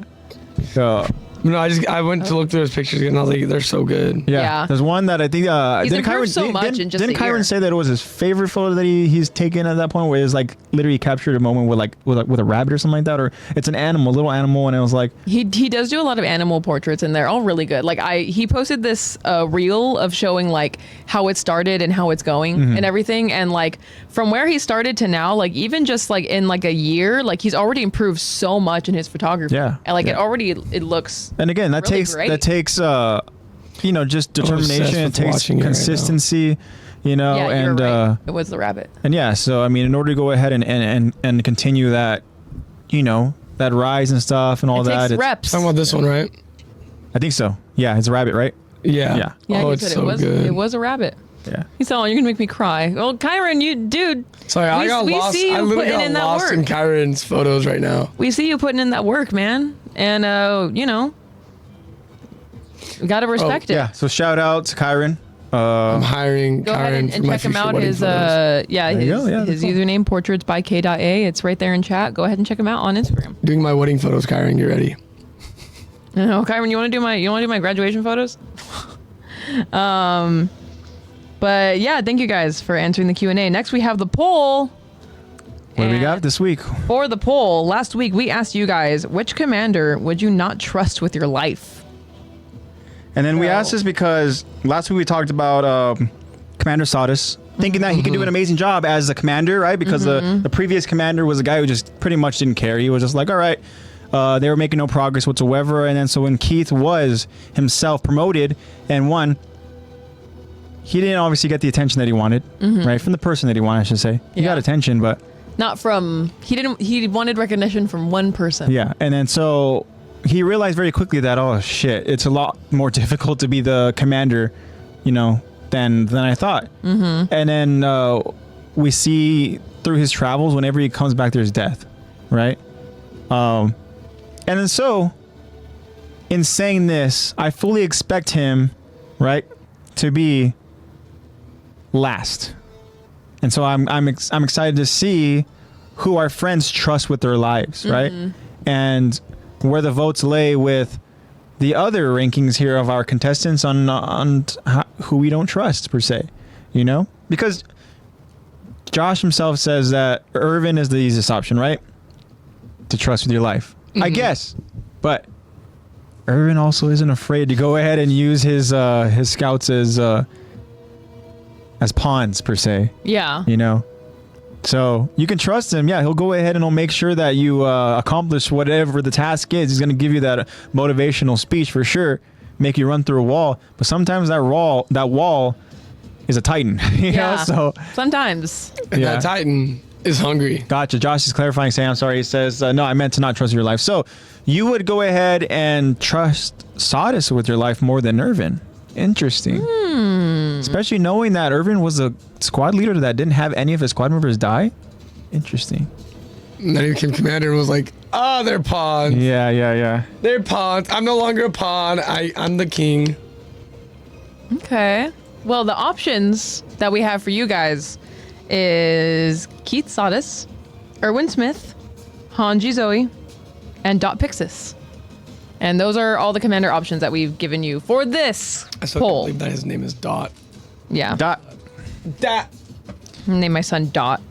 Yes. But Name my son Spot. Yeah, so those are the commanders that Spot we Rice. have limited you guys to. We know that there's many other commanders that we could have chosen, like Spoiler. We could have chosen Armin. We could have chosen Nile Doc. I thought about him, but I was like, one, I don't want to go ahead and get too ahead of myself with one of them. And the other one, I'm like, Does he really put his people in harm's way? I know. We haven't seen a whole lot. He hasn't gotten that much screen time. Nah, you guys go ahead and have fun with your drinking and your card playing and stuff. You know what? Just as long as you guys don't get yourselves in trouble, that's fine with me. We also could have put the Marley commander. Frick, what's his name? Magath. Yeah, Magath. Theo Magath, yeah. Yeah. Him. But we haven't seen much of him yet. I mean, he's too busy drinking Spinal We saw plenty of him in many places on train tracks, but yeah, him and Sodus. I know. Oh, they're all over the place. There he is. I know he's there and there and there and there, and I think that one's Magath. I think that one's. Isn't that what Jeff Dunham does? Or no, I think don't that know. one. Oh, because he has Ahmed, the undead terrorist. You know what's crazy is that You're over there and I'm surprised cancel culture hasn't canceled him yet. I'm surprised too. Because, you know, he has like the jalapeno, he has the terrorist, you know, and stuff and all that. Yeah. But hey, True. I guess it's when it's puppets, it's cool. Yeah. Oh my God. Don't mind Jeff Dunham. He's not saying it. It's not coming out of his mouth. It's coming out of the puppet's mouth. Yeah, they're real. Anyways, starting in normal fashion from least voted to most voted, we have least voted at 9% is Hanji Zoe. So out of these four, it seems like Hanji is the most trustworthy. I would give my life for Hanji. Give my life. I would spend my life with Hanji. Anyways, then next up we have at 11% is Dot Pixis. Oh, yeah. So most trustworthy out of these four is Hanji and Pixis. Yeah. Well, I will say, I mean, we could talk about it after we get the results. I would give my life for Pixis. And then next with 24%. is Erwin. Erwin. So the top vote getter, which I'm not surprised, at 56% is Quixotis. Yes. And that's what I figured he was going to go ahead and get the majority of the votes because we would not trust him with our lives because he's not a very good commander. No. He's a pretty good drill sergeant. Yes, he's good drill sergeant. He's good at toughening up the new recruits. Yeah. He's good at that. But when it comes to going outside the walls and when it comes to trying to, risk the lives of, I should say, when it comes to of risking, life and death. Yeah, especially with Titans, he's kind of paranoid. Yeah, and he's got major paranoia. We see for him the toll that it takes over on his psyche and his mental. It's not good. It's all just not good. Yeah. I mean, the guy was going through it last week's episode. I mean, he was at rock bottom, and then the one person he cared about saw him taking the walk of shame. Mm-hmm. And yeah, it was all just bad stuff. But interesting. Let us know why you guys voted for who you voted for in the chat, and then I'm gonna go ahead and ask you guys. Well, I like it. Well, Josh even kind of goes and he clarifies saying that Erwin himself was he's just too reliant on his people dying with his plans. Yeah. It's unfortunately it's part of his plans. That's something I mean, I'm not really surprised with Erwin being second in most votes because from what we have seen, a lot of people die with his plans. Yeah. And I mean, even when he was recruiting scouts, he told them, you have to be prepared to, like, if I told you to die, would you?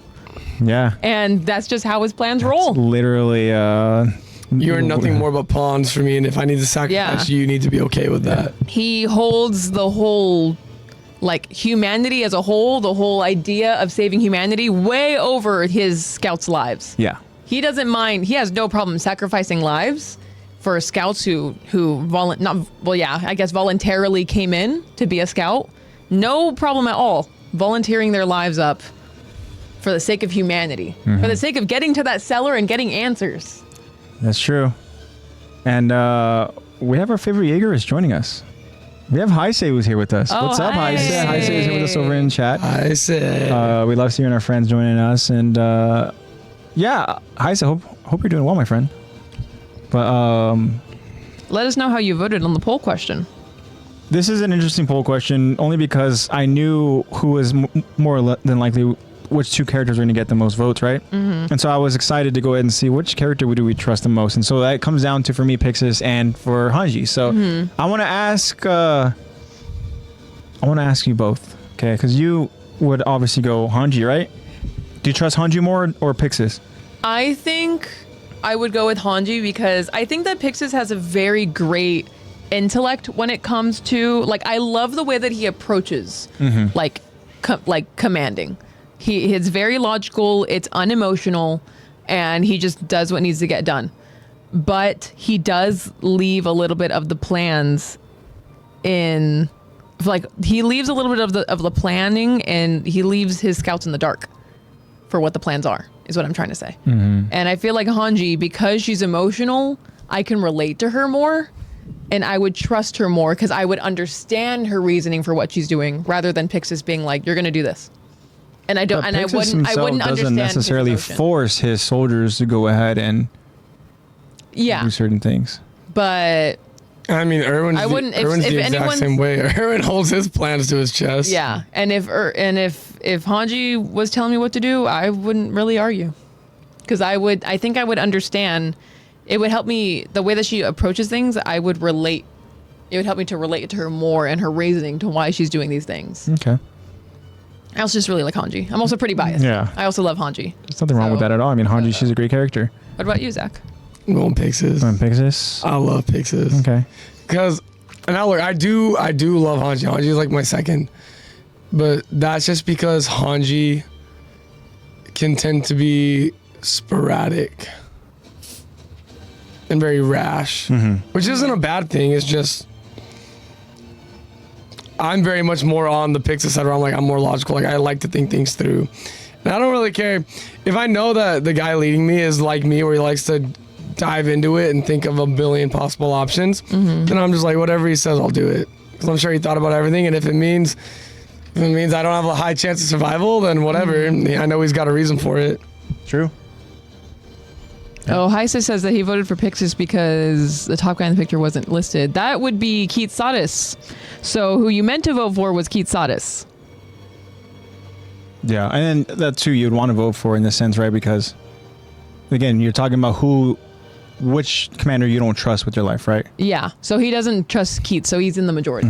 Yeah. We're now talking about who we would trust. So Yeah. Lexi would trust Hanji. I trust Pixis. AJ, who would you trust with your life?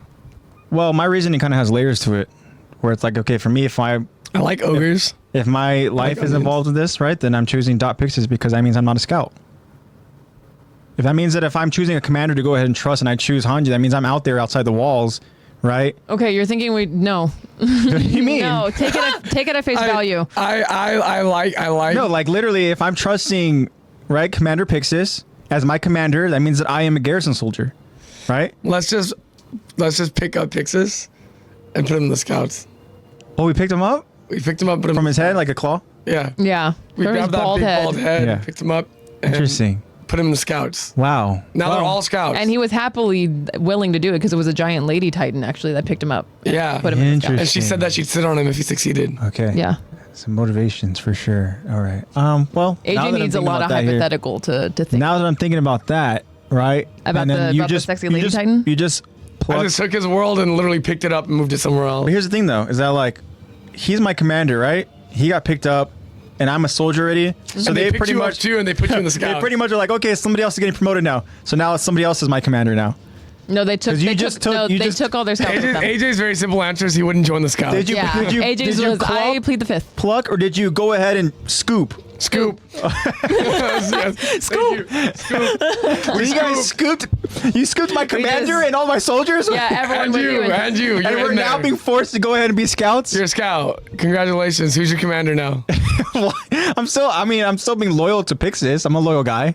Okay, good. So thank you. But Pixis. however, So if he you chooses- would have asked me like, okay, look, before you join your regiment, Commander Pixis got promoted to go ahead and be a scout commander, And right? then Hanji is. And the, Hanji is also so it's like kind of like in sections, like they say, for example, You're thinking way too much into this. the scouts themselves all has grown scout to such a section place where commanders. Okay, hypothetically, you were forced to be a scout. and I am now You just are- getting you ready to are join the forced to be a scouts, and I scout. have to choose between Hanji or Pixis. and Pixis, yes. Right?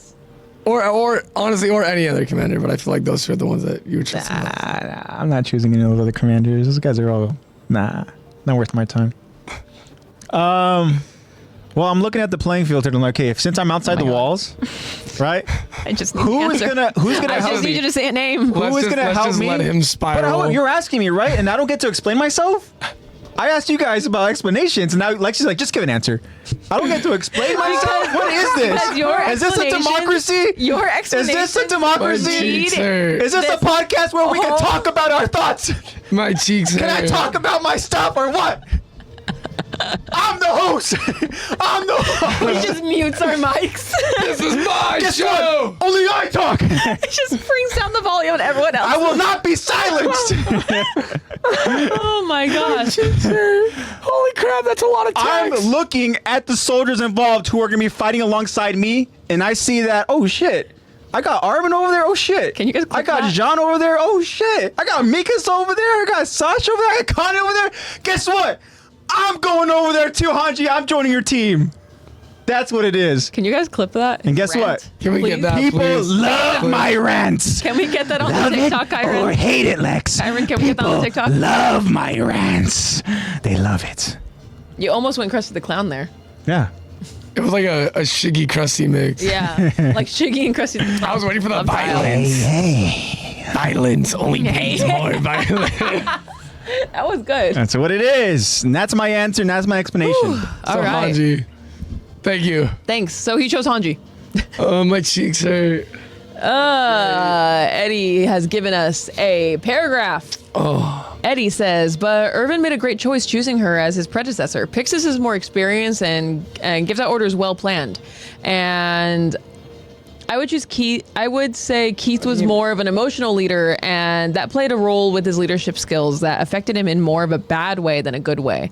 Whereas Erwin makes plans right in the spot after scouting out his area and seeing what's possible and being realistic with his plans, and the way he gives out orders is just well executed. The thing we know about Erwin is that he is very aware of what's happening around him. Mm-hmm. Right? He has great awareness, right?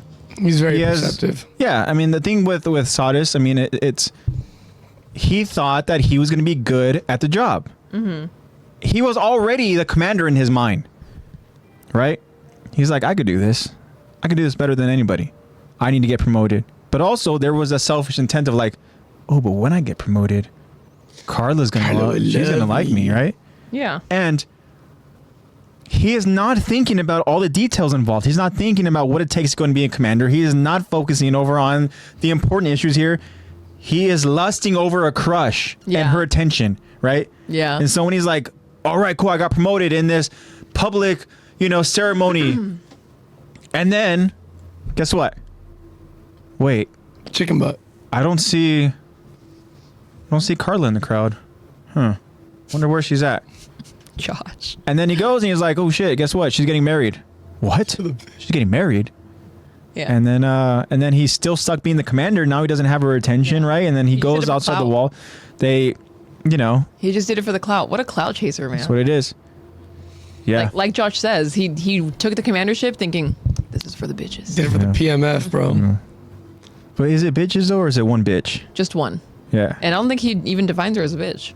Well, maybe in that Risha moment. might. Maybe in that moment last week when he was like just unloading on her I with all of know. his projecting issues and emotions After and being stuff. like, this is my child. He's like, you are an attention whore. All you do is serve all these people, all their drinks and stuff like that. Blah blah blah. You have no idea who I am, what I accomplish. Your job is to flirt with people to keep them to come back and da da da. Yeah, that's what it is, man. PMF, bro. Eddie says, man, dude, Keith's life. Heartbreak. That made me think of Joker status right there. What does he say? Like, my life is a comedy or something like that. My life is nothing but a comedy. Whoa, Heisey, where are you going with this? Okay, so me, Mikasa, Hitch, Flock, Aaron, and Aaron. Aaron and Aaron will all go a wall. There we go, better Jaegerists. Kid Aaron and older Aaron. Wow, that's a lot of Aarons. Oh, hello, Bat. What's Welcome up, Bat? in. How was the storm for you guys in SoCal? Sorry to derail the conversation. No problem at all. What's up? It was great. I loved it. It was really pretty tame. It was for us more where of we just live. Yes, it was tame. I think it was stormy at the beginning of the year. For our area, it was. Yeah, it was for other areas and stuff that are more uphill and stuff, and more even desert, they got some substantial wind. Yeah. And then with the hills over, they got some serious flooding. The hills were alive with the sound of flooding. But yeah. Josh says, I miss being in San Bernardino and I'm stuck in Texas. Hey, say hi to Hi, say hi to Nate for us. Yeah, Nate's over there. And go find it. Tejas. Nate Plays Bad. Yep, shout out to Nate. But thank you guys for all of your poll responses. I like hearing all your guys' reasoning for your guys' voting. Yeah. And then it also obviously leads us into things like rants. Yeah, and for sure. spirals. Love the rants. But thank you guys. Really Look out for new polls every Saturday. Yep, every And Saturday. for Q&As every Friday. Yep. On AJ's Attack the Talk AJ's podcast reality on was so Instagram. amazing. For a moment there when I was reading High Sid. No, didn't I show you the girl, the little thing from Heart and Here's a Who? Yeah. And they all just like butterflies. For High Sid's his chat here, and as we were reading it here, I was getting some names. Mika said Hitch. I thought he was getting ready to start a harem or something. I know. I thought so whoa, too. Me, Mikasa, Hitch, Flock. Okay, so hear me out here. Me, Mikasa, Hitch, Historia, Annie. Yeah. Yeah, Ymir, even though she doesn't go that way, and No, you can't have Ymir there. If Ymir and Historia are there together, then sorry, dude. Like Josh says W fan. God damn it. Oh no, we have been derailing too much. yes, we love it. All right, guys. Yeah, all good that stuff. weather. And now we move on over to Zach for the recap of last week's episode. Shit. We kind We of have recapped Zach some with of it the already, bro. weather. It's 96 degrees with a cool summer breeze. Are you rapping? Are you doing slam poetry right now? Yeah, I need you to slam poetry the recap. Fall falls in the folly east. I need you to do the recap with slam poetry. Okay. Slam poetry. Yeah. Slam poetry. Recap. Last week, I'm so bad at these. Well, you were Keith. I was. What happened to You Keith were- last week? Hanji yelled at Keith. Aaron was like, "It's cool, Hanji." don't trip. You know, it's funny you mentioned that because we talked about Keith projecting his emotions on Carla because obviously he cared about her, and then the same kind of happened with Hanji. With Hanji yelling at Keith. And we're going to get a little bit of a moment here in this where we're kind of like talking about this. I practiced that line too on the drive here. Perhaps Hanji had some feelings towards Keith, which is why she was projecting her anger towards him. Yeah. Ooh. What did she refer to him as last week? Just a sensitive snowflake or something like that? So Or? that you're not a special snowflake. A special snowflake, yeah. Yeah. There we go. There we go. That's what I needed for the Rico. So Keith was telling the story about how Grisha... Thank you. Made him the chosen one. Slam. Grisha made him feel like a chosen one. Carla was like, I don't need my son to be special. He's special for just being born. Yeah. And Keith just kind of was like, cool, Erwin's commander, I'm done, I give up. He becomes commandant. And then before they leave, we get to find out that the reason in scout training Aaron was having issues is because Keith was sabotaging him. And then Aaron goes ahead and proves Grisha's point that he is a special chosen one, little special snowflake. Yeah. And even with busted ODM gear, he can still maintain his balance. Yep. And Keith just kind of accepts that fact and lets things go on. And yeah, then we're going back to the cellar, baby. Yeah, we're going back to cellar. We understand that now that the plan and the mission is to go back to Walmart and reclaim that wall. But yeah, we're also going to find out that because Keith was withholding so much information, right? Mm-hmm. Is there going to be ramifications for that? You know? Only Aaron knows. Yeah, exactly. Damn it, Aaron is God. Yeah. Then was crazy. What is Heise doing? He's kind of writing a fanfic in between everyone. Better Jaegerists. He says, then Mikasa goes crazy because I die and Levi dies.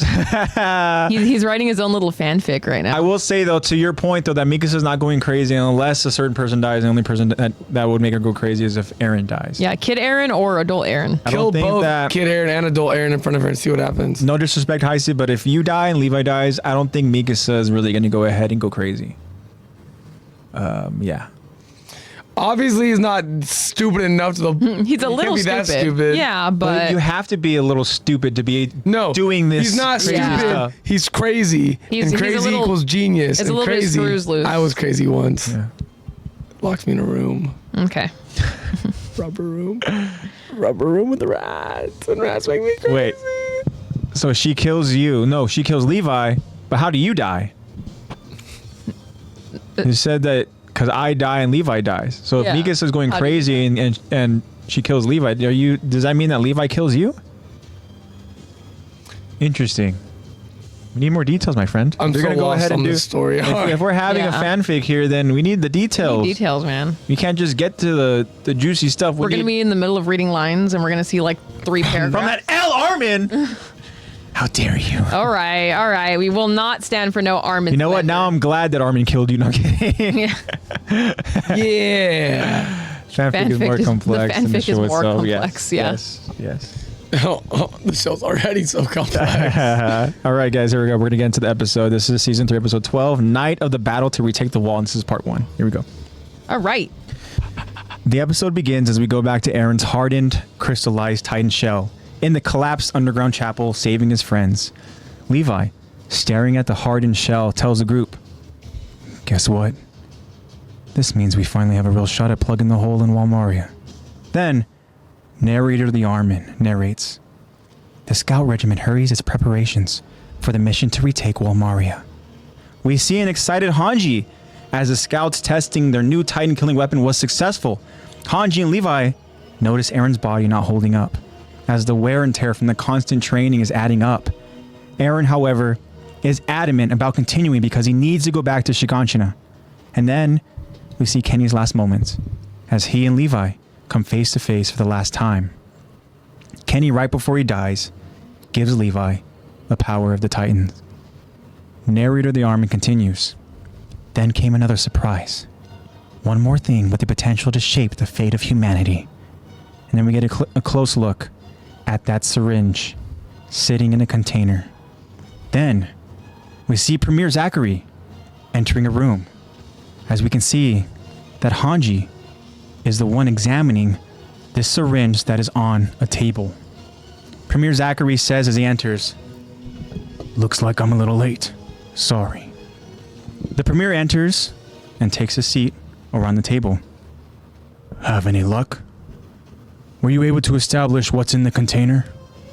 And then we can see who is all in this room around this table. Well, except maybe one person who's off to the side, but we have Commander Pixis, we have Commander Erwin, Section Commander Hanji, and off to the side is Captain Levi.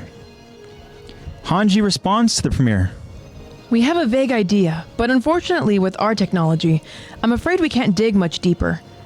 Like we've heard from Aaron in Historia, it seems to originate from some sort of human body fluid. However, it vaporizes when exposed to air. Among further analysis, virtually impossible to perform. Whoever made it must have had technology far superior to ours. I can't imagine how the Rice family could have managed to do it. The Premier ponders for a moment. Commander Pixis then adds, "In that case, rather than tamper with it, we should put it to use for our current objective." Premier Zachary now asks, "But to whom do we entrust it?" "To you, Erwin?" And Commander Erwin answers, "No. With my wound, that would be a poor choice. This syringe, it belongs in the hands of one of our elite. Someone with the best odds of survival. Levi, will you accept it?" Captain Levi looks at Erwin, then answers, "If it's an order, just say so. Why even bother asking?" And Commander Erwin responds, "When we need to use this, there may not be time to plan. We'll be relying on you to make a decision swiftly and with little deliberation. Judging when to use it and on whom will be your responsibility. Will you accept it?" Captain Levi asks Erwin, "If this dream of yours comes true, what will you do then?" Commander Erwin thinks about it. "I don't know. I won't. Not until it happens." Captain Levi responds, "I see. All right, I'll do it." Levi closes the container and now takes the responsibility. Premier Zachary has more for our leaders. "Now then, I'd like to discuss that work of mine. As you know, I'm hoping to unveil it soon. Have you given it any thought?" And Commander Pixis responds, "You mean you still haven't given up on that? If the public were to see such a repulsive display, whatever trust they have in the military would evaporate." And the Premier tells Pixis, "You don't know art when you see it." Meanwhile, we see Levi pondering to himself as he carries this new heavy burden of protecting such power. Wow. All right. Wild. So in the beginning, we get a quick little refresher on important events that took place, right before we're going to go ahead and go on this new mission. And starting with Aaron being able to use that ability of hardening, right? And again, he kind of got a little bit of a cheat code because, just again, coincidentally, that little capsule of a power up of being able to use your hardening was right there beside him over on the floor. So he was able to go and pick it up and use it on himself to be able to use that hardening to save his friends from the collapsing underground chapel. But now he's able to go ahead and tap into that ability, which is good. As Levi says here, looks like we actually have a shot now to plug in the wall. And then the next thing that we see, and that is as narrator the Armin explains to us, that we go ahead and we see that weapon again, that new weapon, right? That we kind of talked about a couple weeks ago about how they essentially have like this weapon of a way to go ahead and just swiftly take out. I don't say swiftly. It's very, very. It's more precautiously. Yeah, and the reason why this weapon is so important is because now it's not risking soldiers' lives outside the walls, right? It's just you have this coordinated attack now as this like a guillotine comes down and strikes the Titans over it above, right? And it's like this. We talked about it. It's pretty much like a giant freaking tree log, right? Yeah. And then so it's successful. Hanji's very excited, and then they notice that Aaron himself, his body is not holding up from the constant training, and also something that we didn't really talk about here, but we talked about it a couple weeks ago, was that Aaron wants to continue on with the mission, he knows that they don't have time to spare, and he himself says, like, let's just make these weapons. Obviously implying that, you know, he's gonna have to go ahead and be in his Titan form to go and obviously have the logs and stuff, we know, because we speculated that they came from the forest of giant trees, you know, whatever the case is, but they're going to go ahead and build more of these weapons. Now seeing that they are successful, which is good, again, because they're minimizing risks of soldiers' lives, which is important, right? Yeah. And then the next thing we see too, it's the moment where Kenny himself comes face to face with Levi one last time. We know that Kenny himself does something out of character, and he always lusted over power. And for him to have that power in his hand, he very easily could have just used it to go and use this kind of lifeline. Obviously, he knew that he was probably going to stay in this Titan form, you know, this pure Titan form, unless he somehow stumbles upon eating a Titan user, which again, the odds are, you know, unlikely. Very unlikely. But he decides to go ahead and give this lifeline to Levi, right? And then he himself, Kenny, dies. So those are important events that take place because, one, Eren now has a way to go ahead and seal the breach. Two, they have a lifeline now with this this syringe, this bodily fluid that is capable of transforming a person into a Titan, right? And we're going to go and find the details on this plan, you know, in episodes to come. And then also what's important too is the fact that they were able to go ahead and kill these Titans without risking soldiers' lives. Yes. Right. And which is going to be important because, one, when the scouts themselves go and travel over back to Shiganshina, that means that the people inside the walls are going to be, you know, susceptible to potential Titans and stuff, you know? Yeah. So there aren't going to be necessarily soldiers around to go ahead and take out the Titans that are outside the walls. Yeah, their walls are still there, but again, they've seen crazy stuff happen, right? So if we're able to go ahead and have these soldiers over there who are, if they're given the option as a garrison soldier to go ahead and, you know, just work together as a team to go ahead and accomplish the goal of killing these Titans with this weapon, or go outside the walls to go ahead and kill the Titans, you know, without any this new weapon, then of course they're going to go, oh, sure, we'll go ahead and we'll chill up there and then work on this new weapon. So again, the new weapon is a good thing. And then so now that brings us to this important little deliberation we have here in this, which we can probably imagine is going to be Premier Zachary's his office or something, or maybe this is even his office because he was even late to this. Meeting room. But this is a meeting room, and we have some important figures here in this meeting room. As we said, it's Premier Zachary, we got Commander Pixis, Commander Erwin, Hanji herself, and who is going to be the next commander, and then we have Captain Levi.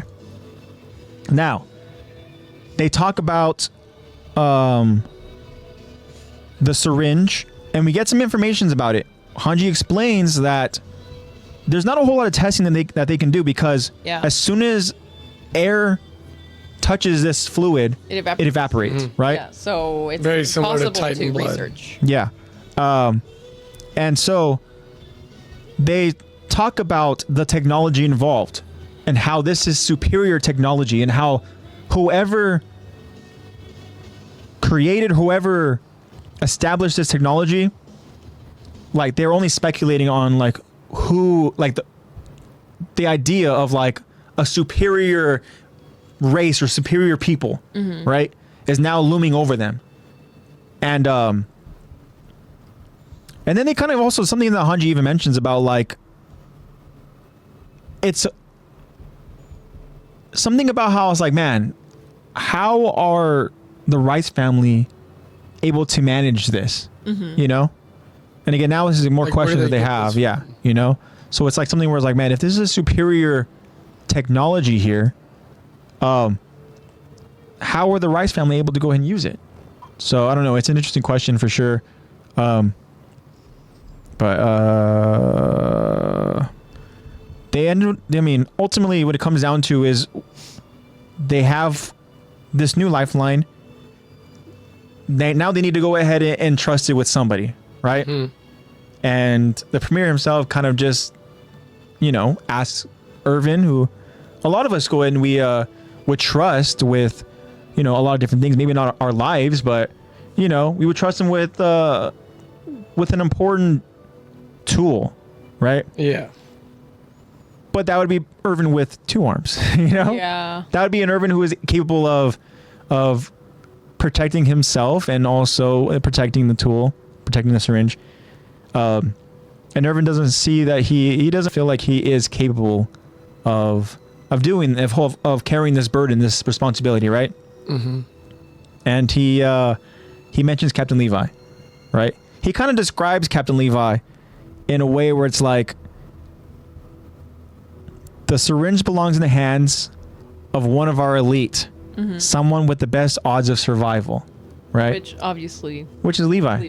I mean, we've seen up to this point where he's currently at in the story. I mean, the guy himself, I mean, he's somehow able to go ahead and maintain the survival, right? Mm-hmm. Regardless of the odds, regardless of the enemy, regardless of whatever objective it is, you know? So, yeah, Erwin's right. Levi is the right person to go ahead and hold this responsibility and protect this, right? I think we all can agree that in terms of who is here in this room. But damn, once they decide that, Premier Zachary has a very important project that he's been working on that he wants to show the world. And we obviously know what that is. He has a weird fascination for for his torture device. Yes. Right? And why this guy wants to go ahead and show this to the people, it's I worry about the guy. He's a special little man. I worry about the premier. Josh, need one of those. need to get me one of those contraptions. Yeah. Very quickly, I want to go ahead and kind of talk about chat real quick. So Eddie mentions Thunder Spears. I think the Thunder Spears are going. It's going to be the next weapon that they end up inventing, right? Yeah. Now, Thunder Spears, it's another great invention for sure. Something that Hanji herself really kind of goes and creates, right? If I remember correctly, but. This tool, this weapon isn't the weapon that is a Thunder Spear. This is something where it's just for them outside the walls. I don't know necessarily what it's called. I don't even know if we get a name for it. Yeah. Right? But again, that's what it is. Heise, again, real talk. I wonder if there is a reason Armin is a narrator. And we've kind of talked about this before in the past in past podcast episodes. The theories and all that. This could be just a retelling of events from Armin. You know? If Armin is the one who is the narrator. And we found out that both voice actors, sub and dub, are the ones who are the narrators. Armin, so it's and so that's what is, again, not a coincidence, right? There's a reason behind it. Nothing's ever a coincidence. And I can only imagine that. I can only hope that we're probably going to go ahead and get that answer, more clarity as the story ends. You know, it's just that Armin's the only reliable one to narrate. Yeah. But yeah, I don't know. It's something we've deemed the best. Yeah, exactly right. I mean, I will say though, he does have a good voice, but damn, yeah, it's one of those things where what was I gonna go ahead and say? It was about about Armin himself. That the reason why it's such a weird thing with him being the narrator. That's why we deem this character whenever we come across a narrator, he's just narrator the Armin. Yeah, you know, that's just what it is now. But hopefully we get answers behind that. I think this was one of those from Josh you mentioned about us saying these lines over in Japanese, right? So Josh, imagine one of you guys just busts out some fluent Japanese. Yeah, fluent Japanese. I've been on Duolingo for a little bit now. There you go. I don't think I'm anywhere near fluent though. And then Josh also says that bottle's never explained again. Not sure what it is. Talking about the hardening power up. Yeah, I don't know. It's something we see. I don't know, man. It's something that we can easily forget that it even was a part of it. But But damn, yeah, it's He also says that they completely dropped the swords in season 4, and the scouts mainly use Thunder Spears. Yeah, in season 4, yeah, it looks like it, yeah. And their ODM, of course. Yeah. And thank you, I think part of that is because they're going over to Marley, right? Now, they obviously did their homework by being incognito over in Marley and making sure that they were kind of like, you know, hidden and portraying themselves as citizens and stuff. And they saw that there's no Titans there. The only Titans involved are Titan users. So they're not going to necessarily need, need swords. Like that. They're kind of going to need something that can use range. Yeah. And thank you, Bat. thank you for your kind words and hoping that we're all were safe. Thank you. Appreciate it. Yeah, thank you so and much glad that you were safe too. And Eddie says, well, hey guys, I'm on my way out. I'm going to work. Really love y'all. May everyone have a great week, and I can't wait to be back. Yeah. We'll miss you, Eddie. Of course, Eddie. Always great having you on the podcast. Have a great rest of your week, man. Yeah. Thank you so much for joining us, Eddie. And we can't wait to go ahead and hear from you again. You have a great week too. I say again, he's continuing on with the flock. I want Flock's POV. Or Aaron. Aaron's POV would go crazy. Yeah, I think Aaron's POV would His skewed fuck thinking. you up mentally. Yeah. You don't want that one. You just stick with Flock. Eddie, this is his last message here. It says, imagine years from now when Norman is older and he retells everything that happened. Yeah. It's one of those things where, like, whoever he's telling the story to, they are going to be like, what is this Grandpa's stuff, crazy. This Grandpa's really talking happened? crazy again. This stuff really happened? What? Yeah. Huh? And this is the past, and I'm the only one that remembers. However, he won't be a grandpa because he only has 13 years. Oh yeah, you're right. Unless something happens where the Titan abilities are just wiped out. Yeah, just poof. Yeah. That's a whole theory. Yeah, exactly. Yeah, that's something else. That's a whole. Yeah, I mean, can you imagine? I guess it would make sense for if Levi was the narrator. Levi himself also has. I think he would have a good Grandpappy narrator voice. Grandpappy Levi. Imagine the Grandpa PTSD Levi. that Levi would have as a grandpa. Yeah, interesting. No. Levi uses swords. Yeah, he's the only one who still wears his cape. Yeah, I mean, Levi. He embraces tradition. He's a softie. He's a softie. Yeah. Josh says, how would he retell events that happened in the past with Aaron and the memories? Yeah, that's. Aaron gives him all the knowledge. Yes. That's a whole nother thing, man. But yeah, Levi now has this incredible heavy responsibility. Yeah, heavy responsibility, this big burden to be in charge of this spinal fluid and to use it as it may be, which inevitably leads us to that scene of us screaming at the TV. Yes, that decision, that we see a little snippet of, but we don't realize what it is at the end of this episode. We're not going to go over it today, but that's what but we do get some foreshadowing. We get foreshadowing for sure in this episode. Yes. A lot of foreshadowing. Yes, for sure. Yeah. Damn.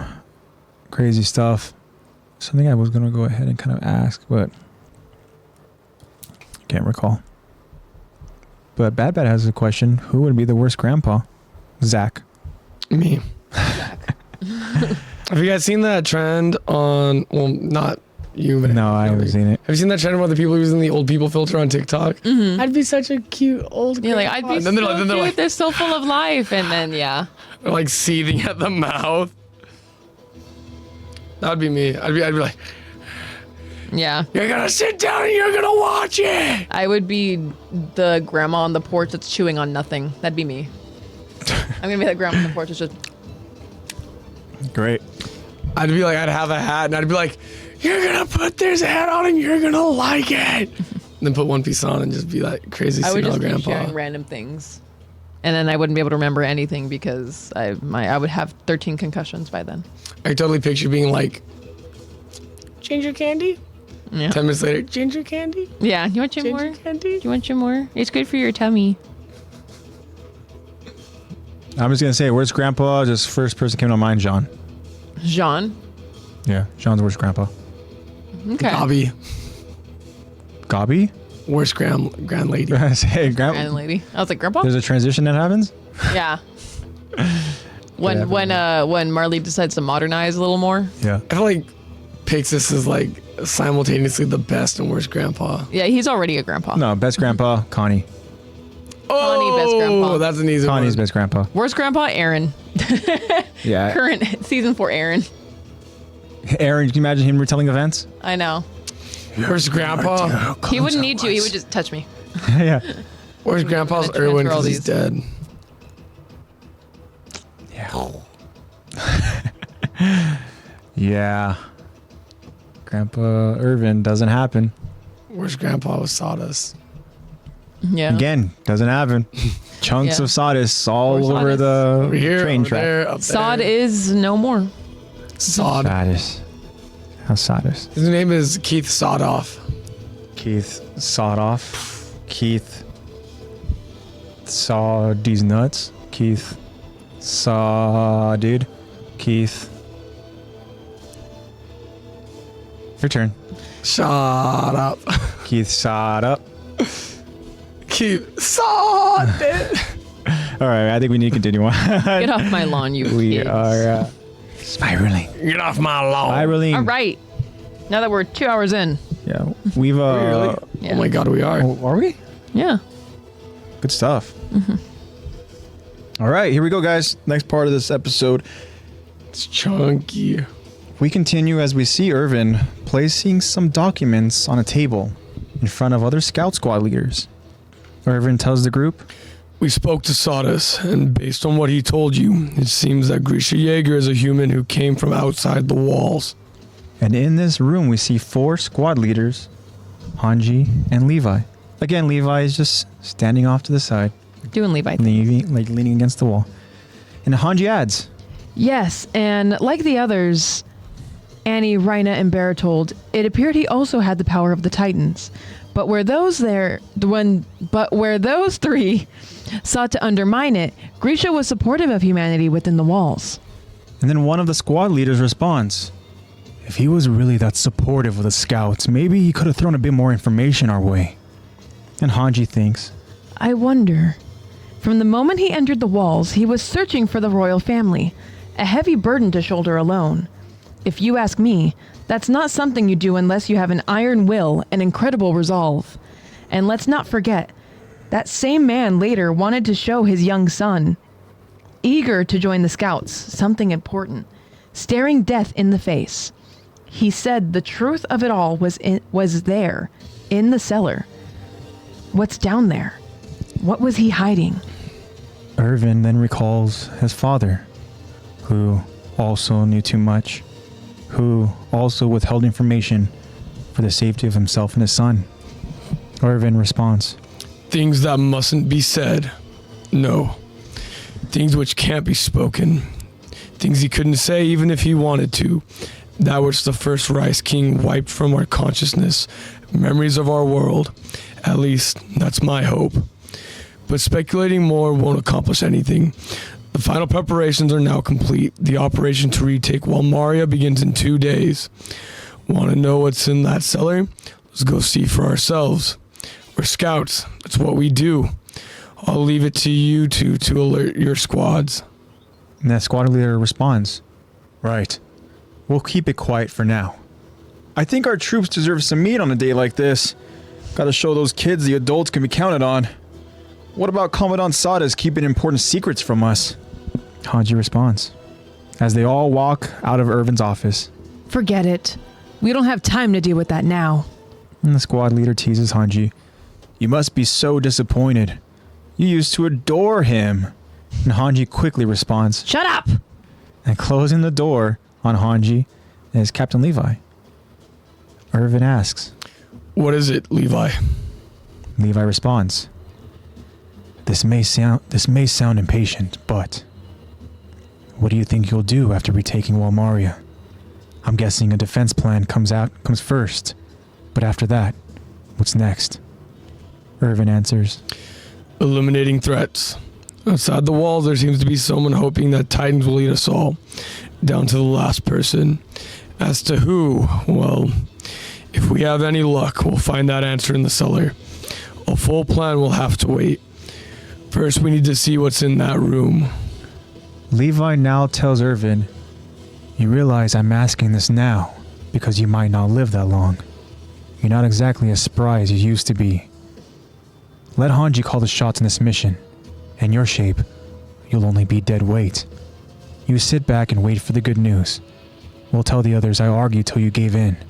Which I will. So why not make this easier on both of us? What do you say? Erwin again recalls his father. No. Do what you need to. Use me as bait. The chain of command still remains. If I'm gone, then Hanji. If Hanji's gone, the next. It's true this operation will be extremely dangerous, but it will also be the most important one in human history. That's why I've gone to such lengths. This is my plan, Levi. Without me leading you, you're less likely to succeed. Levi responds, "That's true. Without you, the operation might fail. But if you bite the dust out there, we're really screwed. So just stay safe at your desk and keep using that head of yours. As far as I'm concerned, that's the last thing the Titans would want, and the best weapon that humanity's got." Erwin continues to tell Levi, No, you're wrong. Our best option is for me to gamble it all on the plan that I... but Levi interrupts, "Okay, that's enough. Stop right there. Any more of those noble-ass excuses, and I'm gonna break both your damn legs. Not too badly. They'll heal just fine, but you'll be way too busted up to even think about joining us on the operation. And it'll be a bitch to get to the toilet." Erwin chuckles. Don't like that idea much. Normally, I'd agree with you. A wounded soldier should stay off the battlefield. However, that may be the day we learn the truth about our world, and I'll be damned if I'm going to miss it. And Levi is caught off guard by Erwin's stubborn determination. Being there, is that important? More than your legs? A stubborn Erwin answers. Yes. Levi now asks, "More than humanity's victory?" Erwin answers again. Yes. Levi pauses. "I see." Levi prepares to leave Erwin's office, but turns around to say, "Fine, Erwin. In that case, I'll trust your judgment." To be continued. Dun dun dun. Wow. Okay. Wow. Some foreshadowing there from Levi. Maybe Levi has seen it all. That's why he's so numb to everything. He knows exactly what's going to happen. He knows exactly who's going to lose. No, I'm kidding. He definitely does not. He's just... I think he's just used to losing and expects it. Yeah, he's just like, yeah, anyway. Yeah, he's like, anybody I care about, they die. And then obviously in this way, I mean, he's showing that he cares about Erwin because he is so adamant about Erwin not joining this mission. Oh, yeah. You know? Obviously. And obviously, too, he says that humanity's best weapon is Erwin and his decision-making. Mm-hmm. Erwin and his strategies, right? Yeah. But Levi doesn't know. That's valuable. We kind of need that. He doesn't know that. Mm-hmm. He's got a little guy named Armin. A little Who's guy. pretty damn good at some strategies, too. Mm-hmm. And he thinks about others. There. He thinks about everybody's lives. Mm-hmm. No. Least amount of casualties. Or he'll just ignore all the deaths and not give himself ears. Yeah, exactly. Yeah. Let's go and let's start from the beginning a little bit here. So we have another meeting here amongst leaders. Before we had kind of our main leaders from our different range of commanders, minus Nell Doc because, Yeah. Dude, yeah. no, but here we have the scout squad leaders. Now, we don't necessarily get names. I think we get one of them, and that would be the gentleman who starts the conversation early on. His name is Clark, which is not overly important because I think we can all imagine that Clark is not going to go ahead and last very long. Mm-hmm. Sorry, Clark. But they're getting more information somewhat, right? Not more information, but they're kind of talking out loud together as leaders about what they found out about Grisha, right? Talking about how they find out now that Grisha himself is somebody who came from outside the walls. This is all information that they didn't have before because Sardis kept that information to himself, right? How valuable do you think it'd be if all of a sudden they're like, wait, a person came from outside the walls? Interesting. That person is a doctor. Interesting. That person saved people from the plague. Interesting. Like Lexi speculated. Maybe that person brought the plague. Brought it himself. And now his only son is a Titan user. Now his only son is a plague. And the only other people that we know are Titan users are from outside the wall. Yes. But one thing I will say that Hanji does mention though, right? Is that She does say. He's from Yes. outside the walls. like the others, Annie, Ryan, and Bertold. However, where those three sought to undermine it, Grisha was supportive of humanity within the walls. Yeah, absolutely. Right? We know that the other three, I mean, they're Titan warriors who were trained at such a young age to go to this island and stir some shit up. You know? Reclaim what they're seeking, and that is essentially the coordinate, right? I mean, we know that Zeke, I mean, he's sticking around because, hey, we came here for a specific reason. My baby brother. And, you know, obviously, again, he has those selfish intentions of, as he puts it later on, trying to rescue his brother. Yeah. Right?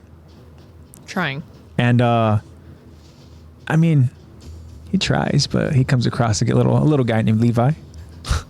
You know? A little short man. Levi's a little badass. We talked about him. I mean, he's the only guy that's capable of keeping that syringe safe. Which I don't see him with the syringe in the scene. Did he have it in the scene? Probably got it tucked away. We don't really see his whole body a whole lot in this scene. Well, where's he keeping that thing at? In his pants. I was waiting for it. I was like, who's gonna say it? His pants. Who's gonna say it? Is that a syringe in your pocket, or are you just happy to see me? And then that person actually gets poked, and then they get. And then they turn into a Titan. Yeah. Oh, it was a syringe. Oh, it was. Damn it was a syringe. Yeah, but I mean, Grisha himself, they're finding out more information about this guy, right? But the squad leader is like, hey, I mean, if he was really that supportive, I mean, Grisha could have thrown some more information our way, you know?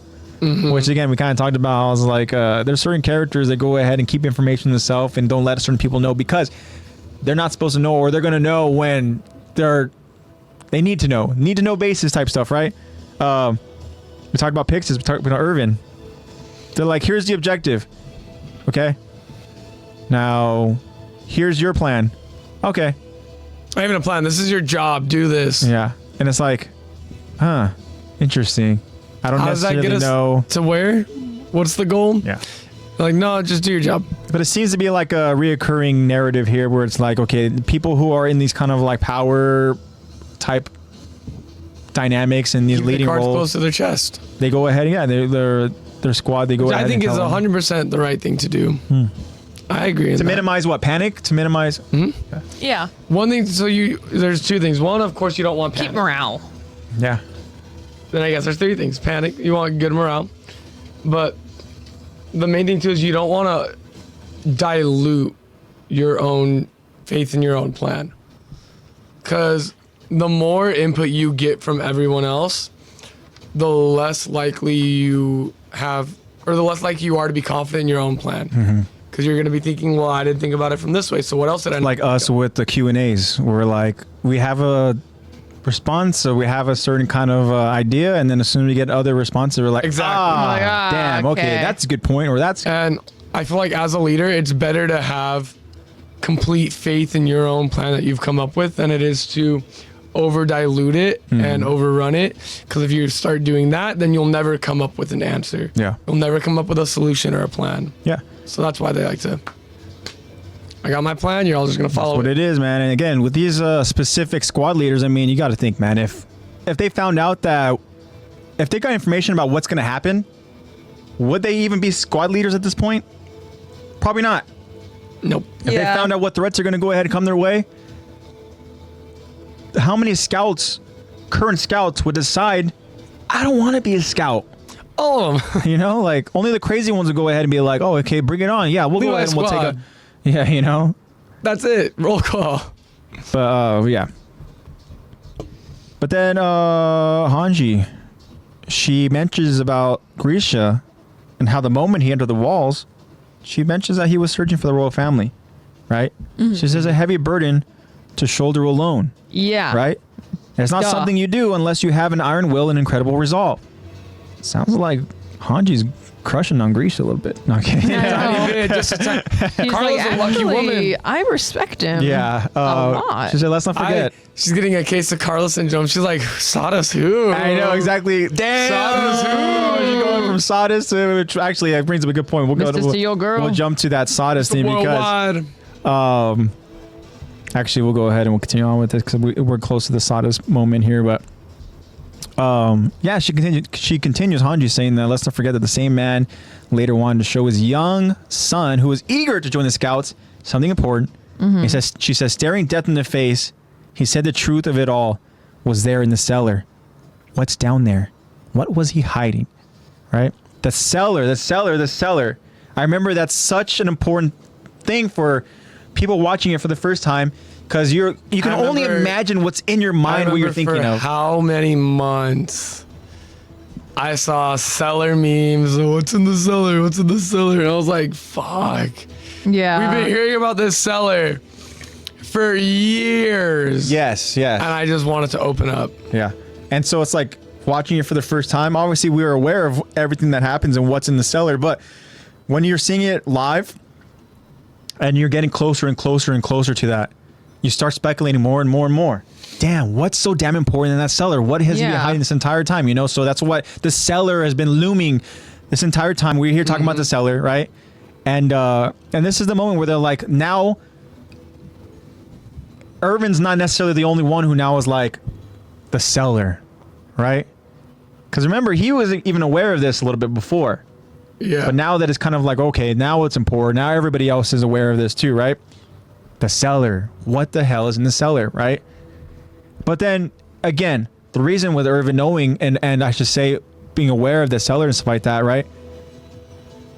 He can't help but have parallels and thinking about his father, which he does multiple times over in this specific part of the episode here, right? Yes. He recalls his father because, again, his father is somebody who... Another very secretive man. Yeah. Yeah. Who he just knew some stuff, you know, and he even had an idea. Even if it wasn't necessarily on point, he was on the right track. And that was enough attention, enough smoke for these people in the government, in the military, right? To want to go ahead and pretty much sweep all that under the rug. You know, they pretty much said that what was the reasoning again? Too close to comfort for her. But what was the reason they gave Erwin again? Little Erwin, is that how did his father die again? It was some bullshit reason, of course, right? Yeah. It was like something where they said, damn it! I can't remember. What was it again? Yeah, if you guys know, Josh, if you guys know, I want to say that know? there was some kind of hinting of like he just disappeared. I mean, I don't know if it was hinted, but I know that obviously little Erwin immediately got that it was like they told Erwin something. They told little Erwin something. Said too much for his own good. Yeah, but yeah, Josh, what was the question? I mean, when the military murdered Erwin's father, what was the explanation that they gave to Erwin, young Erwin, as to why his father never came home that day?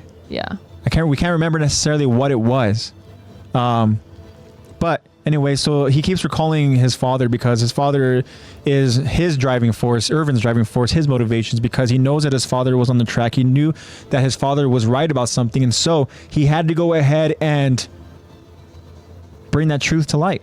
Right? And when he finds out something about the cellar, he's like, wait, I need to know, which is why he's so adamant about going. Yeah. So it basically just says that they secretly detained him, tortured him for what he knew, then dumped his body in a far off town and made it look like an accident. But it doesn't say explicitly what they told him. Oh, so maybe they didn't even go up to Erwin and tell him anything. It's just like, oh, we found him. They said it was due to Erwin's naivety they found out about his father catching on. So Erwin basically got his dad in trouble, kind of like. Yeah, I remember that. Yeah, I remember that because he was telling another student in that class. Know what. But Erwin was there was a reasoning that they told Erwin something. Why he disappeared. Because I remember Erwin attending like a funeral or something, you know? But damn it, I don't know. I can't remember exactly. Probably just told him it was a random murder. Yeah. We know. But anyways, Erwin himself, he kind of, again, he can sympathize with Grisha not saying things because he was the Aaron in that example. Yeah. You know?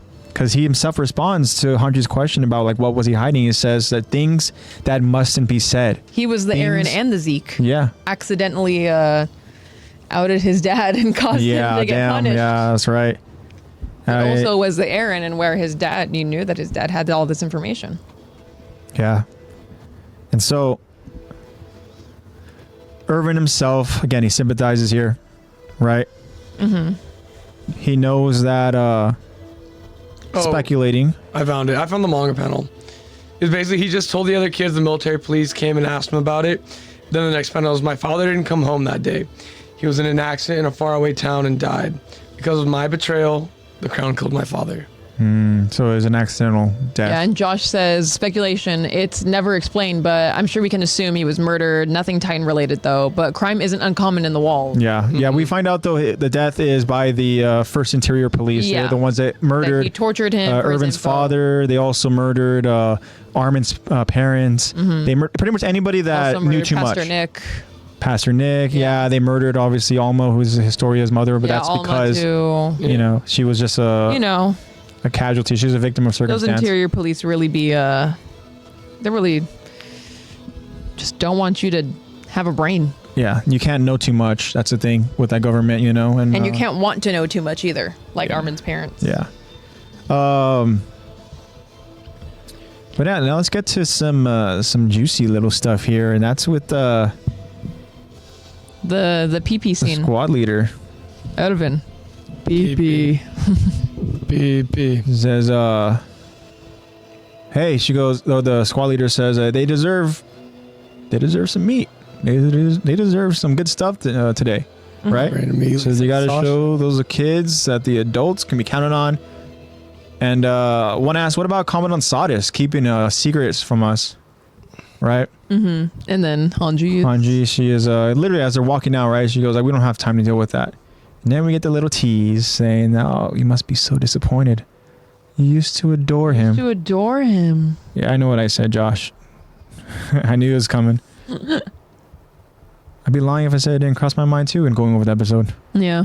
Very interesting choice of words with them wanting to celebrate with some meat. Yeah. But the reason why they say is because we get an interesting scene that's going to happen as they're celebrating eating that meat. God, that food sounds so good. They're trying to go ahead and take away that meat from Sasha. Yeah.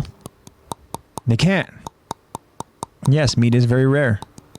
Especially on the island. I mean, who knows where the meat came from? It could be just corpses. Island boy. It could be people. True. They're eating people. Don't know what that meat's from. We already have enough conspiracies with this anime. We don't need any We need more. But yeah, so anyways, Hanji pretty much confirms her crush on Sadis because she very quickly says, what, Lex? She yells it. What did she say? It's very short. She says, shut up. Shut up. Yes, she says shut up. Mm-hmm. Shout out Lex, yeah. She says shut up in a very way of like, don't push that button. He's like, hey. Yeah. Snaps that. Get that guy out of the way. I know I was wrong, okay? I have a new crush. His name's Grisha. I know he's not around anymore, but you sound like a great guy. I'll be dreaming about him. Yeah. Can you imagine if Hanji all of a sudden she goes and she's there and so Eren, please tell me more about your father. Yeah, tell me more about. And he's like, well, he was like he keeps thinking that it's like for like the good of humanity. He was a great man. He's like, can you tell me how tall he was? He loved his father. I mean, what color were his eyes? He loved his family. He said he wore glasses, right? Yeah. What was his eyesight? He was a doctor. Did he ever operate on Titans? Yeah. Okay. Interesting. Hanji is the obsessive type. Need her. Actually, never mind. All right. Yeah. If you get obsessed with me like Hanji, I don't want it.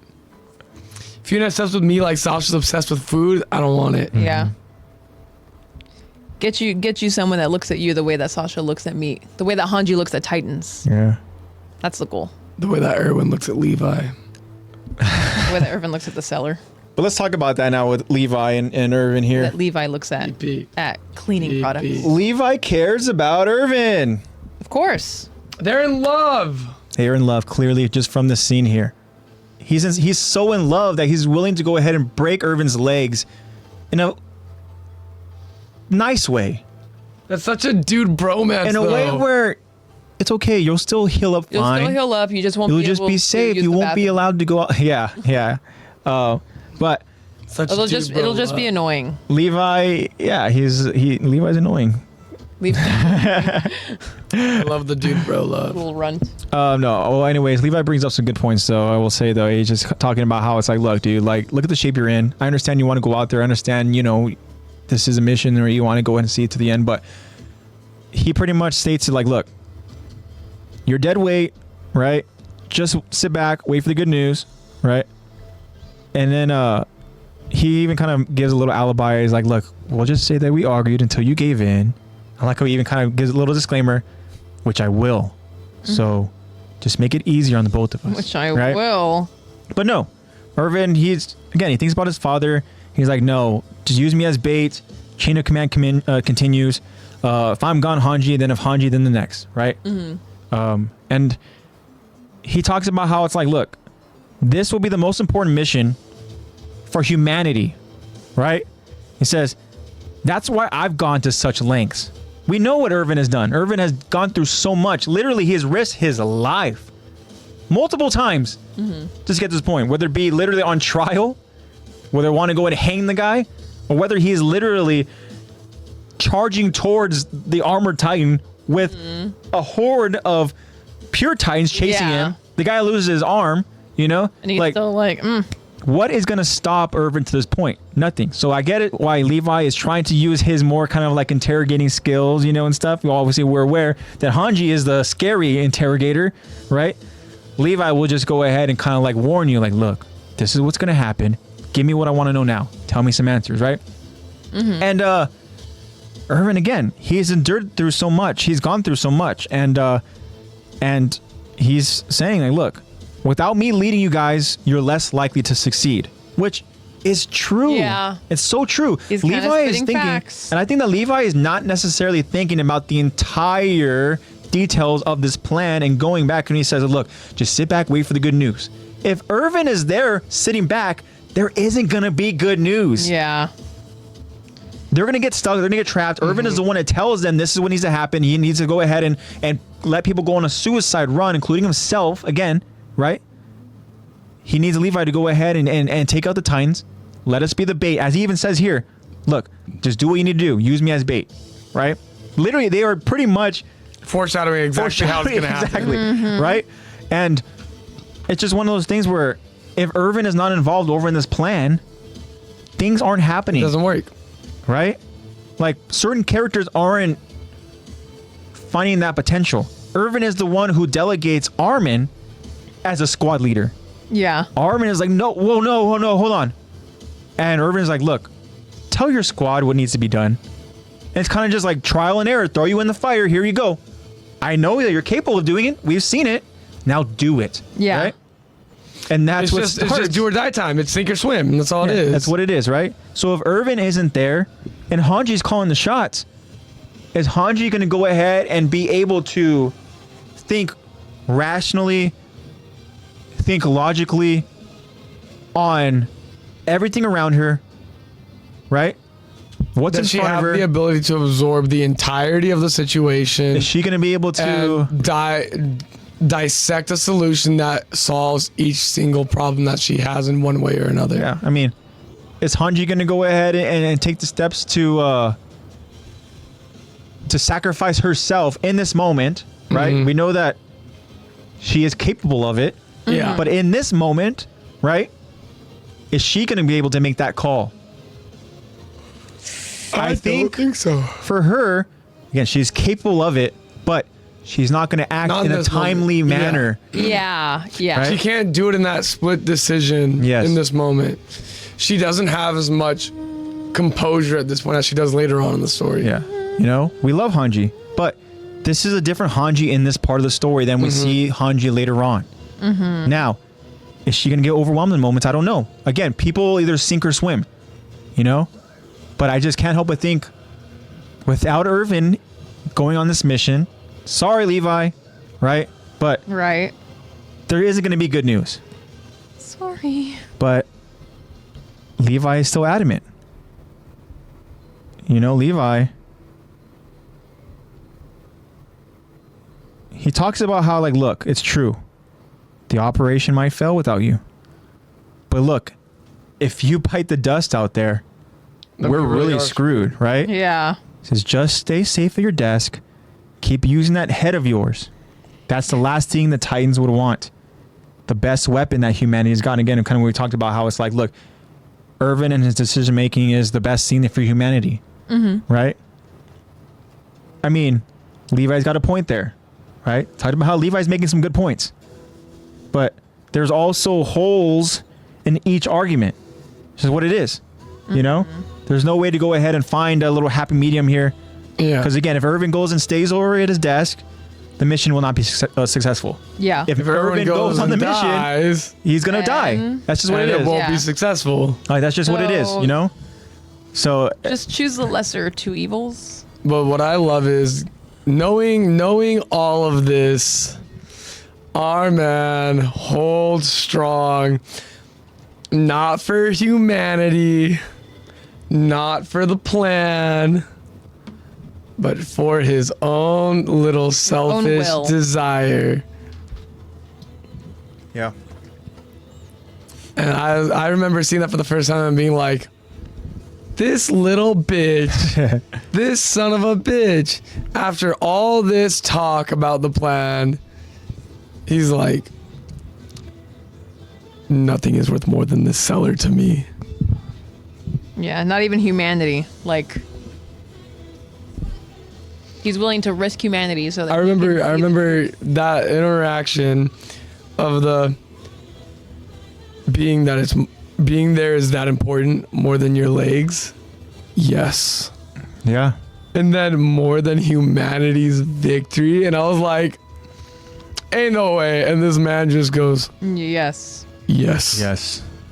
Yes. Oh my God. Josh mentioned very selfish of him. Yeah, it is very selfish. But again, for him, he's not just doing this for himself. He's doing this for his father as well, because he knows his father avenge him. Is probably incredible guilt. Yeah. And the thing is, like, but he fails. Yeah, but he fails. You Continue can't that even guilt. be mad at him because of how selfless he normally is. Yeah. I feel like Levi He's okay. has that. It's okay if he's selfish every so often, right? This is like the only time we've really seen him be selfish. Because I wouldn't consider him withholding his plan selfishness. I think it's just being a good leader. Smart strategy. But the fact that even Levi kind of realizes it and he's like, okay, this is it. Yeah, he realizes, man. Yeah, you know what? I can't sway. Do you think Levi knows about his dad? About Erwin's dad? I don't know. I feel like that's something that Erwin doesn't openly talk about. I don't know why I feel like an OVA. There's an OVA that would explain if Levi knows or not. I don't know. Possibly. But I feel like Levi and Erwin are really close. I feel like if anyone's gonna know, it would be Levi, and maybe Levi's kind of realizing that and being like, "There's no hope in stopping him, so let it ride out." Yeah, I don't know. Yeah, Josh has some good points about Hanji. Talking about how she regrets being the commander afterwards, but she was dealt a good hand. She wasn't dealt a good hand considering that they were at war with Marley and Eren going rogue. Yeah, that's tough. But to your point, Zach, Josh says, nah, I think Levi just realized this when they talked at the end. And then Levi made the choice for him. Yeah, that could be it too. I do like to overanalyze with this show because it's easy to. That's all needed. Yeah, it is easy to. Okay, that could have been a simple conversation, but I feel like Levi. Part of me wants to feel like Levi knows about it, and it's just kind of like, I can't stop him. Yeah. I mean, at this point, it's like, yeah, there is no stopping him. And does Levi really want to be the guy that goes and breaks the commander's legs? Just so he can't go on a mission? Like, yeah, because Erwin's going to keep... How is he going to explain that? He's going to keep wanting to fight for it. How is he going to explain that, I mean, who's going to argue it, though? Who's going to go out there and pick a fight with a guy who just broke the commander's legs, you know? Yeah, true. But, I don't know. Never back down, never what? Never give up. Never give up. Never back down, never what? Never give up. Gotta love social media. If you're on TikTok. I have to text all of my TikToks to him. Nah. I do. If you start doing that, then there's a good chance that from here on out, I'm just not going to look at any of your TikToks. That's why I've been very scarce with even it. when I send you one, if you send me one, I'll it go out takes and you do like a week to look at Yeah. it. And I send you the occasional TikTok or like song. There's one where it's like you would go ahead and send some stuff over on Instagram, and then all of a sudden I'll go on the Instagram and check, and I'm like, oh, Zach sent this 7 weeks ago. Yeah. Like, okay, let's see what it is. Oh, wow, yeah. Then you'll bring it up to it, and I'll be like, huh? Yeah, you're like, this isn't relevant anymore, dude. I'm like, what are you talking about? Then he shows it to me, and I'm like, that was like 2 months ago. Yeah. You're right. Yeah. It's funny. I'm glad you enjoyed it. Yeah, good stuff. But anyways, guys, so what comes next?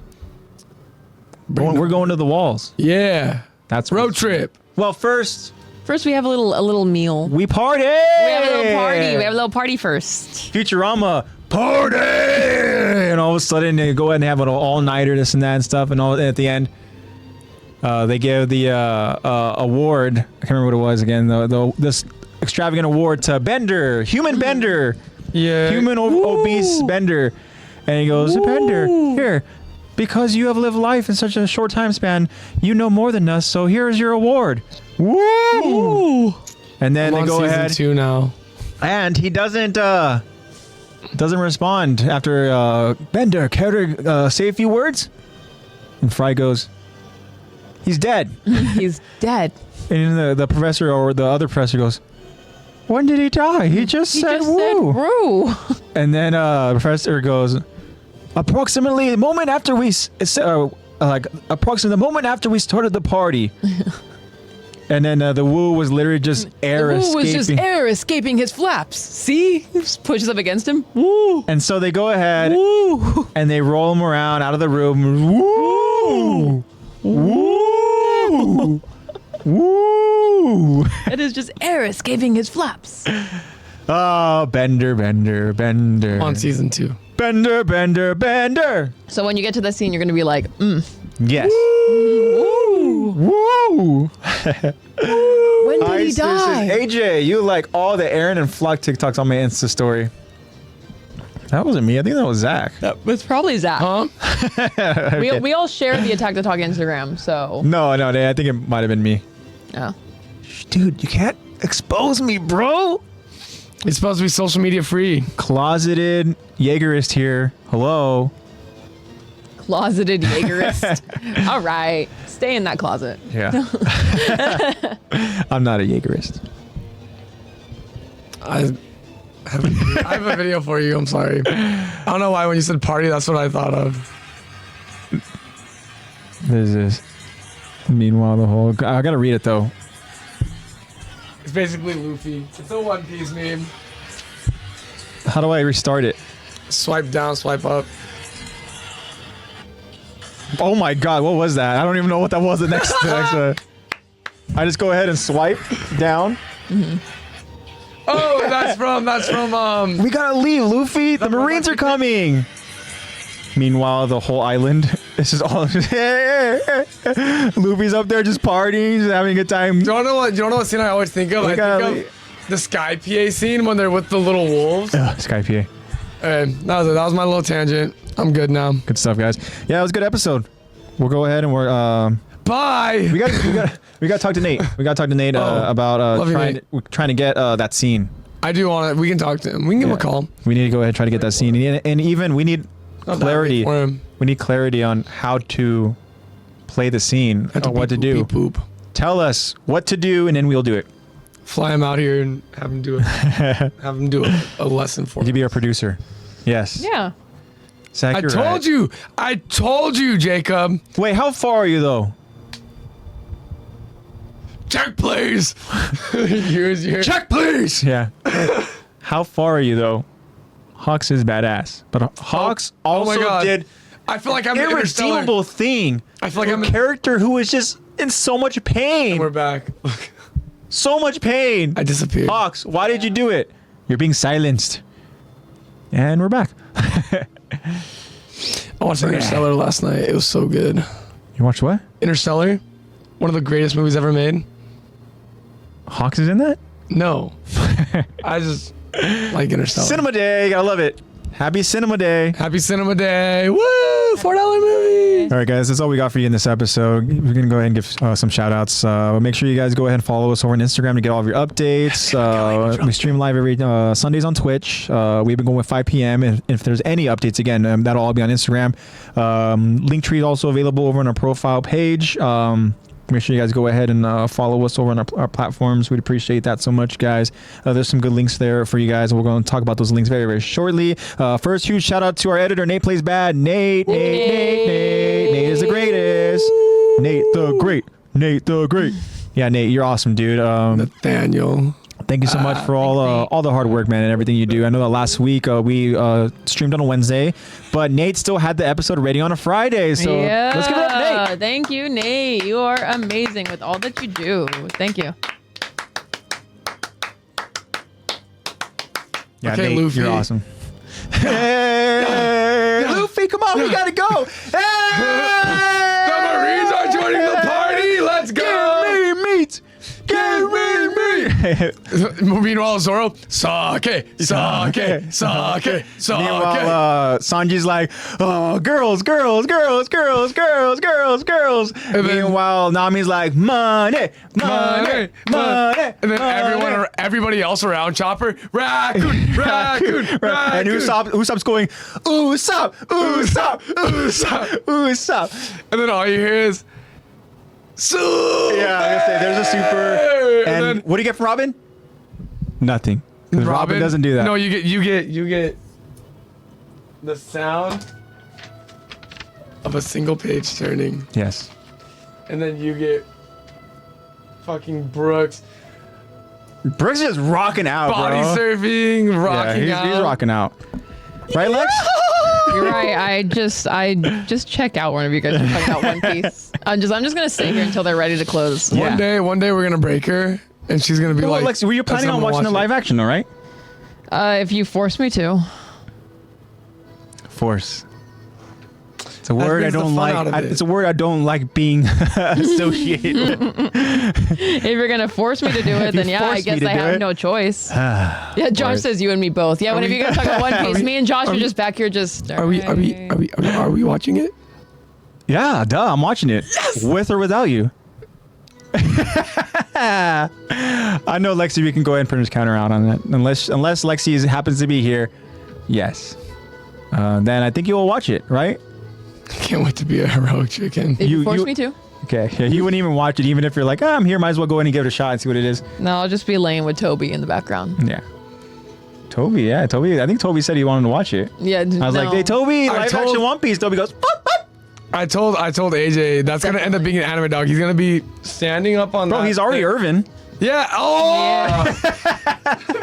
Yeah. Marissa was saying that we should dress him up as a pirate so that he can have a peg leg. That'd be great. Yeah. Yeah, for Love it. Halloween. Just to give people context here, we our puppy has We have a 3 tripod. legs.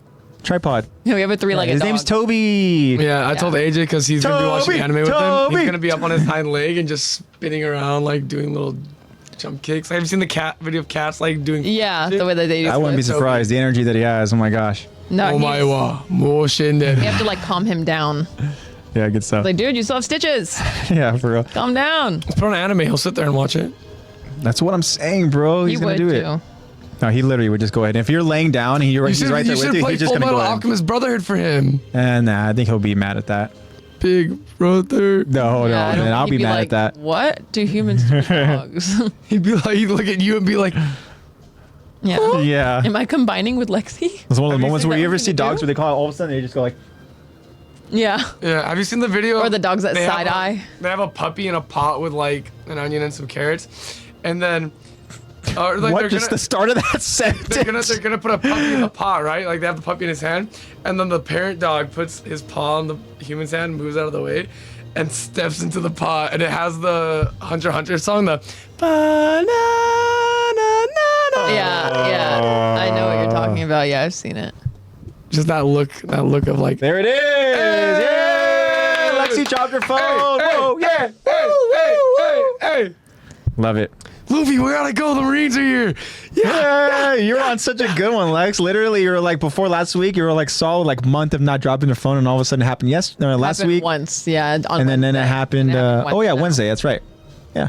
Yeah. Week flew by. Wednesday. We just talked about it. Yeah. So you have Heise. He's chanting out his favorite character. He says Manetta, Manetta, Manetta, Danky, Danky. It's actually Mini TA. Mini TA. Mini TA. Mini TA.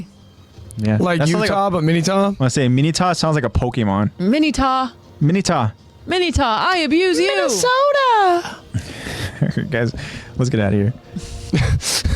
All right, guys, real quick. Shutting down slowly but surely. Some merch opportunities, guys. Make sure you go ahead and check out ArtofCesar over on Instagram, collector_sesh.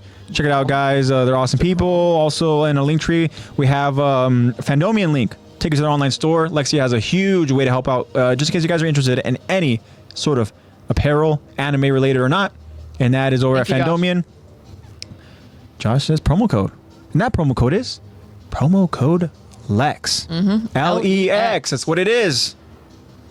If you guys see something you like, use that promo code. It's as simple as that. Will grant you guys 10% off of your entire purchase. Off of your purchase order. It's good stuff. And helps me out too, so please use it, please. Lex Luthor. Yeah. Bakugo. Meanwhile, Heise is still chanting. Yeah, he's still chanting in the background. We love it. Yeah, guys, go ahead and check out Fandomion. If you see something you like, use that promo code. Shout out to our friends, guys. You guys are awesome out there. The support you guys give us is incredible. We had some, our friends joined us again, guys. It's awesome. We love the podcast when our friends join us. It's incredible. Thank you. You guys are all incredible. We love you guys so much. Just for the continuous support. It's literally incredible. I don't know how else to explain it. I just, when I think about it. Incredible. When I think about it, it blows my mind because I'm like, man, you know what? We created an awesome community of friends. And it's all because of me. Power of friendship. From creating this podcast. I am here. It's actually all because of Nate. Do you know this guy? Oh, yeah, Nate for sure, yeah. Do you know this guy? Do you? No, not really. Oh, yeah. Don't know. I don't know who invited him. I don't know who invited him either. Do you want to dip? Yeah, let's go. Yeah, let's just head out. Bye, guys. That would have been actually pretty cool if you guys literally just walked out and just Walked like, out, all it was right. actually just you. And I'm just like closing on like, okay, guys, so what we're doing here, guys, is, and then I'm just going for another hour. Yeah, you just keep going. Me and Zach are just out there like. All you hear is the door open and me like look in and be like. You see me and Zach in chat. Yeah. Like, this bro's still You're still going? Still going? Dude, it's the next morning. I know. Yeah. Spiraling. AJ couldn't pull an all-nighter. No. Too old. Too old. Future AJ told him to do this. I would be able to do it. I pulled an all-nighter on Friday. You're crazy. Was it Friday or is it? I think it was Saturday. That was last night? Yeah. Last night you pulled an all-nighter? You know, that's why. Well, no. Technically, I did get a little power nap in because I was up till 1:30. Okay. Right? I was playing One Piece Pirate Warriors. Mm-hmm. And then I fell asleep. I was like, okay, that's enough for tonight. Then I decided to go ahead and close my eyes. Mm-hmm. And then 2:30. Okay. Toby was crying out in the front. Mm-hmm. And so I went ahead and I got Toby. Okay. Brought him into my room. And then I'm like, damn it, I'm not tired anymore. One Piece sounds fun right now. So I went ahead and I put the game back on and started playing it again. And yeah. And you're you welcome. Till what time? Honestly, I want to say it's close to like 7. You played till 7 a.m.? Yeah, I had to go ahead and get characters. Honestly, I can't really talk shit. Toby was probably there like, bro. When you are close to getting a character like Buggy, you do whatever you can to go ahead and That's get him. true. That's true. You have to go ahead and unlock in treasure log. You have to unlock chests, and you have no idea how often they do not put chests over in there. So I have to go through all these missions. Where's the chest? Where's the chest? Where's the chest? Anyways, good stuff, guys. You're welcome. If I hadn't somehow gotten you to One Piece, that's why wouldn't you've be been here. a little unhinged. Dude, I fell asleep. Till 5 a.m. Damn, Elden bro. Ring till 5 a.m. That's wild. I fell asleep at 1 a.m. last night and woke up at 1 p.m. today, and I'm still tired. I'm not gonna lie. I fell asleep at 6 in the morning, and then I woke up at 3 when I responded to you. Wow. I was watching Interstellar all night. Oh my god, I love that movie so much. Just on repeat or what? I watched it technically 1.5 times because I watched half of it and then guests came over and they're like, well, we want to watch it. So I started. Guests came over that late? Well, we got distracted and then I finished it later. I gotcha. I finished it later. Interesting. I watched the first part twice. Yeah, so I would not be able to pull an all-nighter tonight. I woke up to Mom's call. You're like, why didn't you call me? I texted you to call me when you're available. And I was like, this call woke me up. Yeah. Like, good morning. Great stuff. All right, we all have such terrible sleep schedules. It's great. Yeah. And I have class tomorrow at 9 a.m. Oh, hell no. As Lexi said, guys, the Q&As on Fridays, poll questions on Saturdays. We look forward to you guys' feedback and your results. I say that, didn't I? Shout out to the loyal listeners. Shout out to the day ones. Shout out to the Attack to Talk Levi squad. We love you guys so much. We appreciate you guys for everything that you guys do for us. And that is whenever you guys give us your time. Yeah. Really what it is. Thank you. You guys are taking time out of your guys' day, out of your guys' busy life to go ahead and join us. You good? Yeah. I just know that she can hear, but I think Zach's got the sniffles. You want to mute him?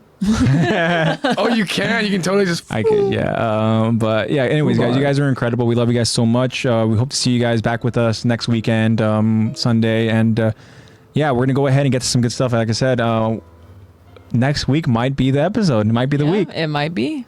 Wow. Incredible. Thank you guys so much for all the love. You guys are incredible. You guys have a great rest of your week. Thank you. Appreciate you.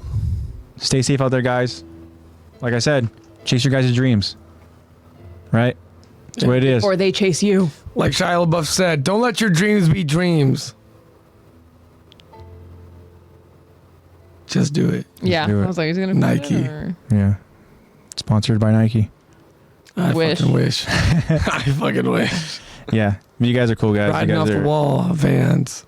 You guys, you know, you guys bring such an awesome, loving presence here. I know that you guys go and spread that love and positivity out there, but just in case you guys don't, I mean, just keep doing our part. A lot of crazy shit happening out there, guys. Mm-hmm.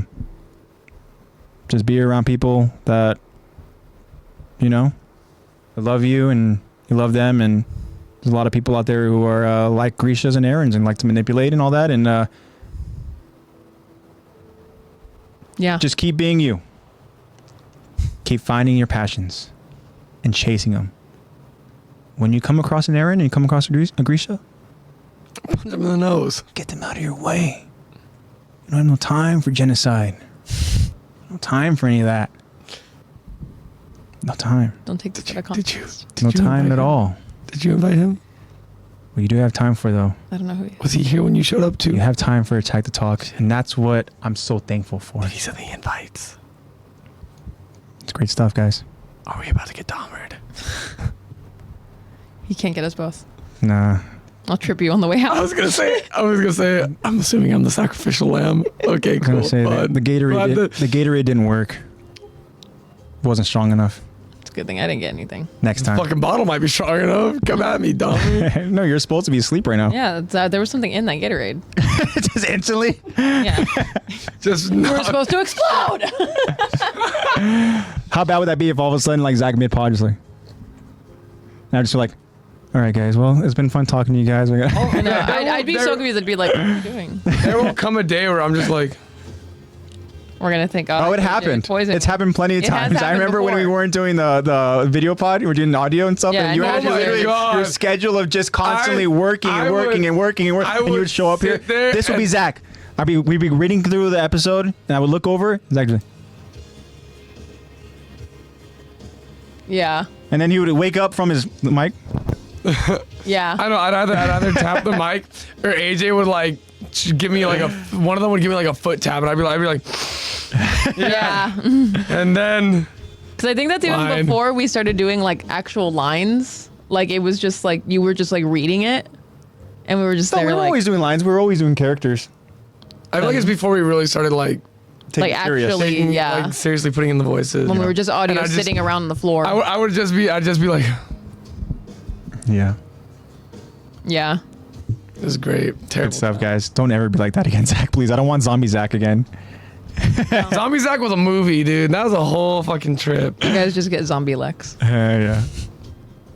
All right, guys. Okay. You guys are great. We love you guys so much. As AJ is saying, I'll see you guys next week. Bye. Go ahead, Lex. All right, guys. A lost man can find his sauce and no longer be lost, but the same man can be lost in the sauce. Don't get too much dip in your chip. Have a great week. Don't be a sucker and a wolf for the lollipops. Bye. Bye, guys.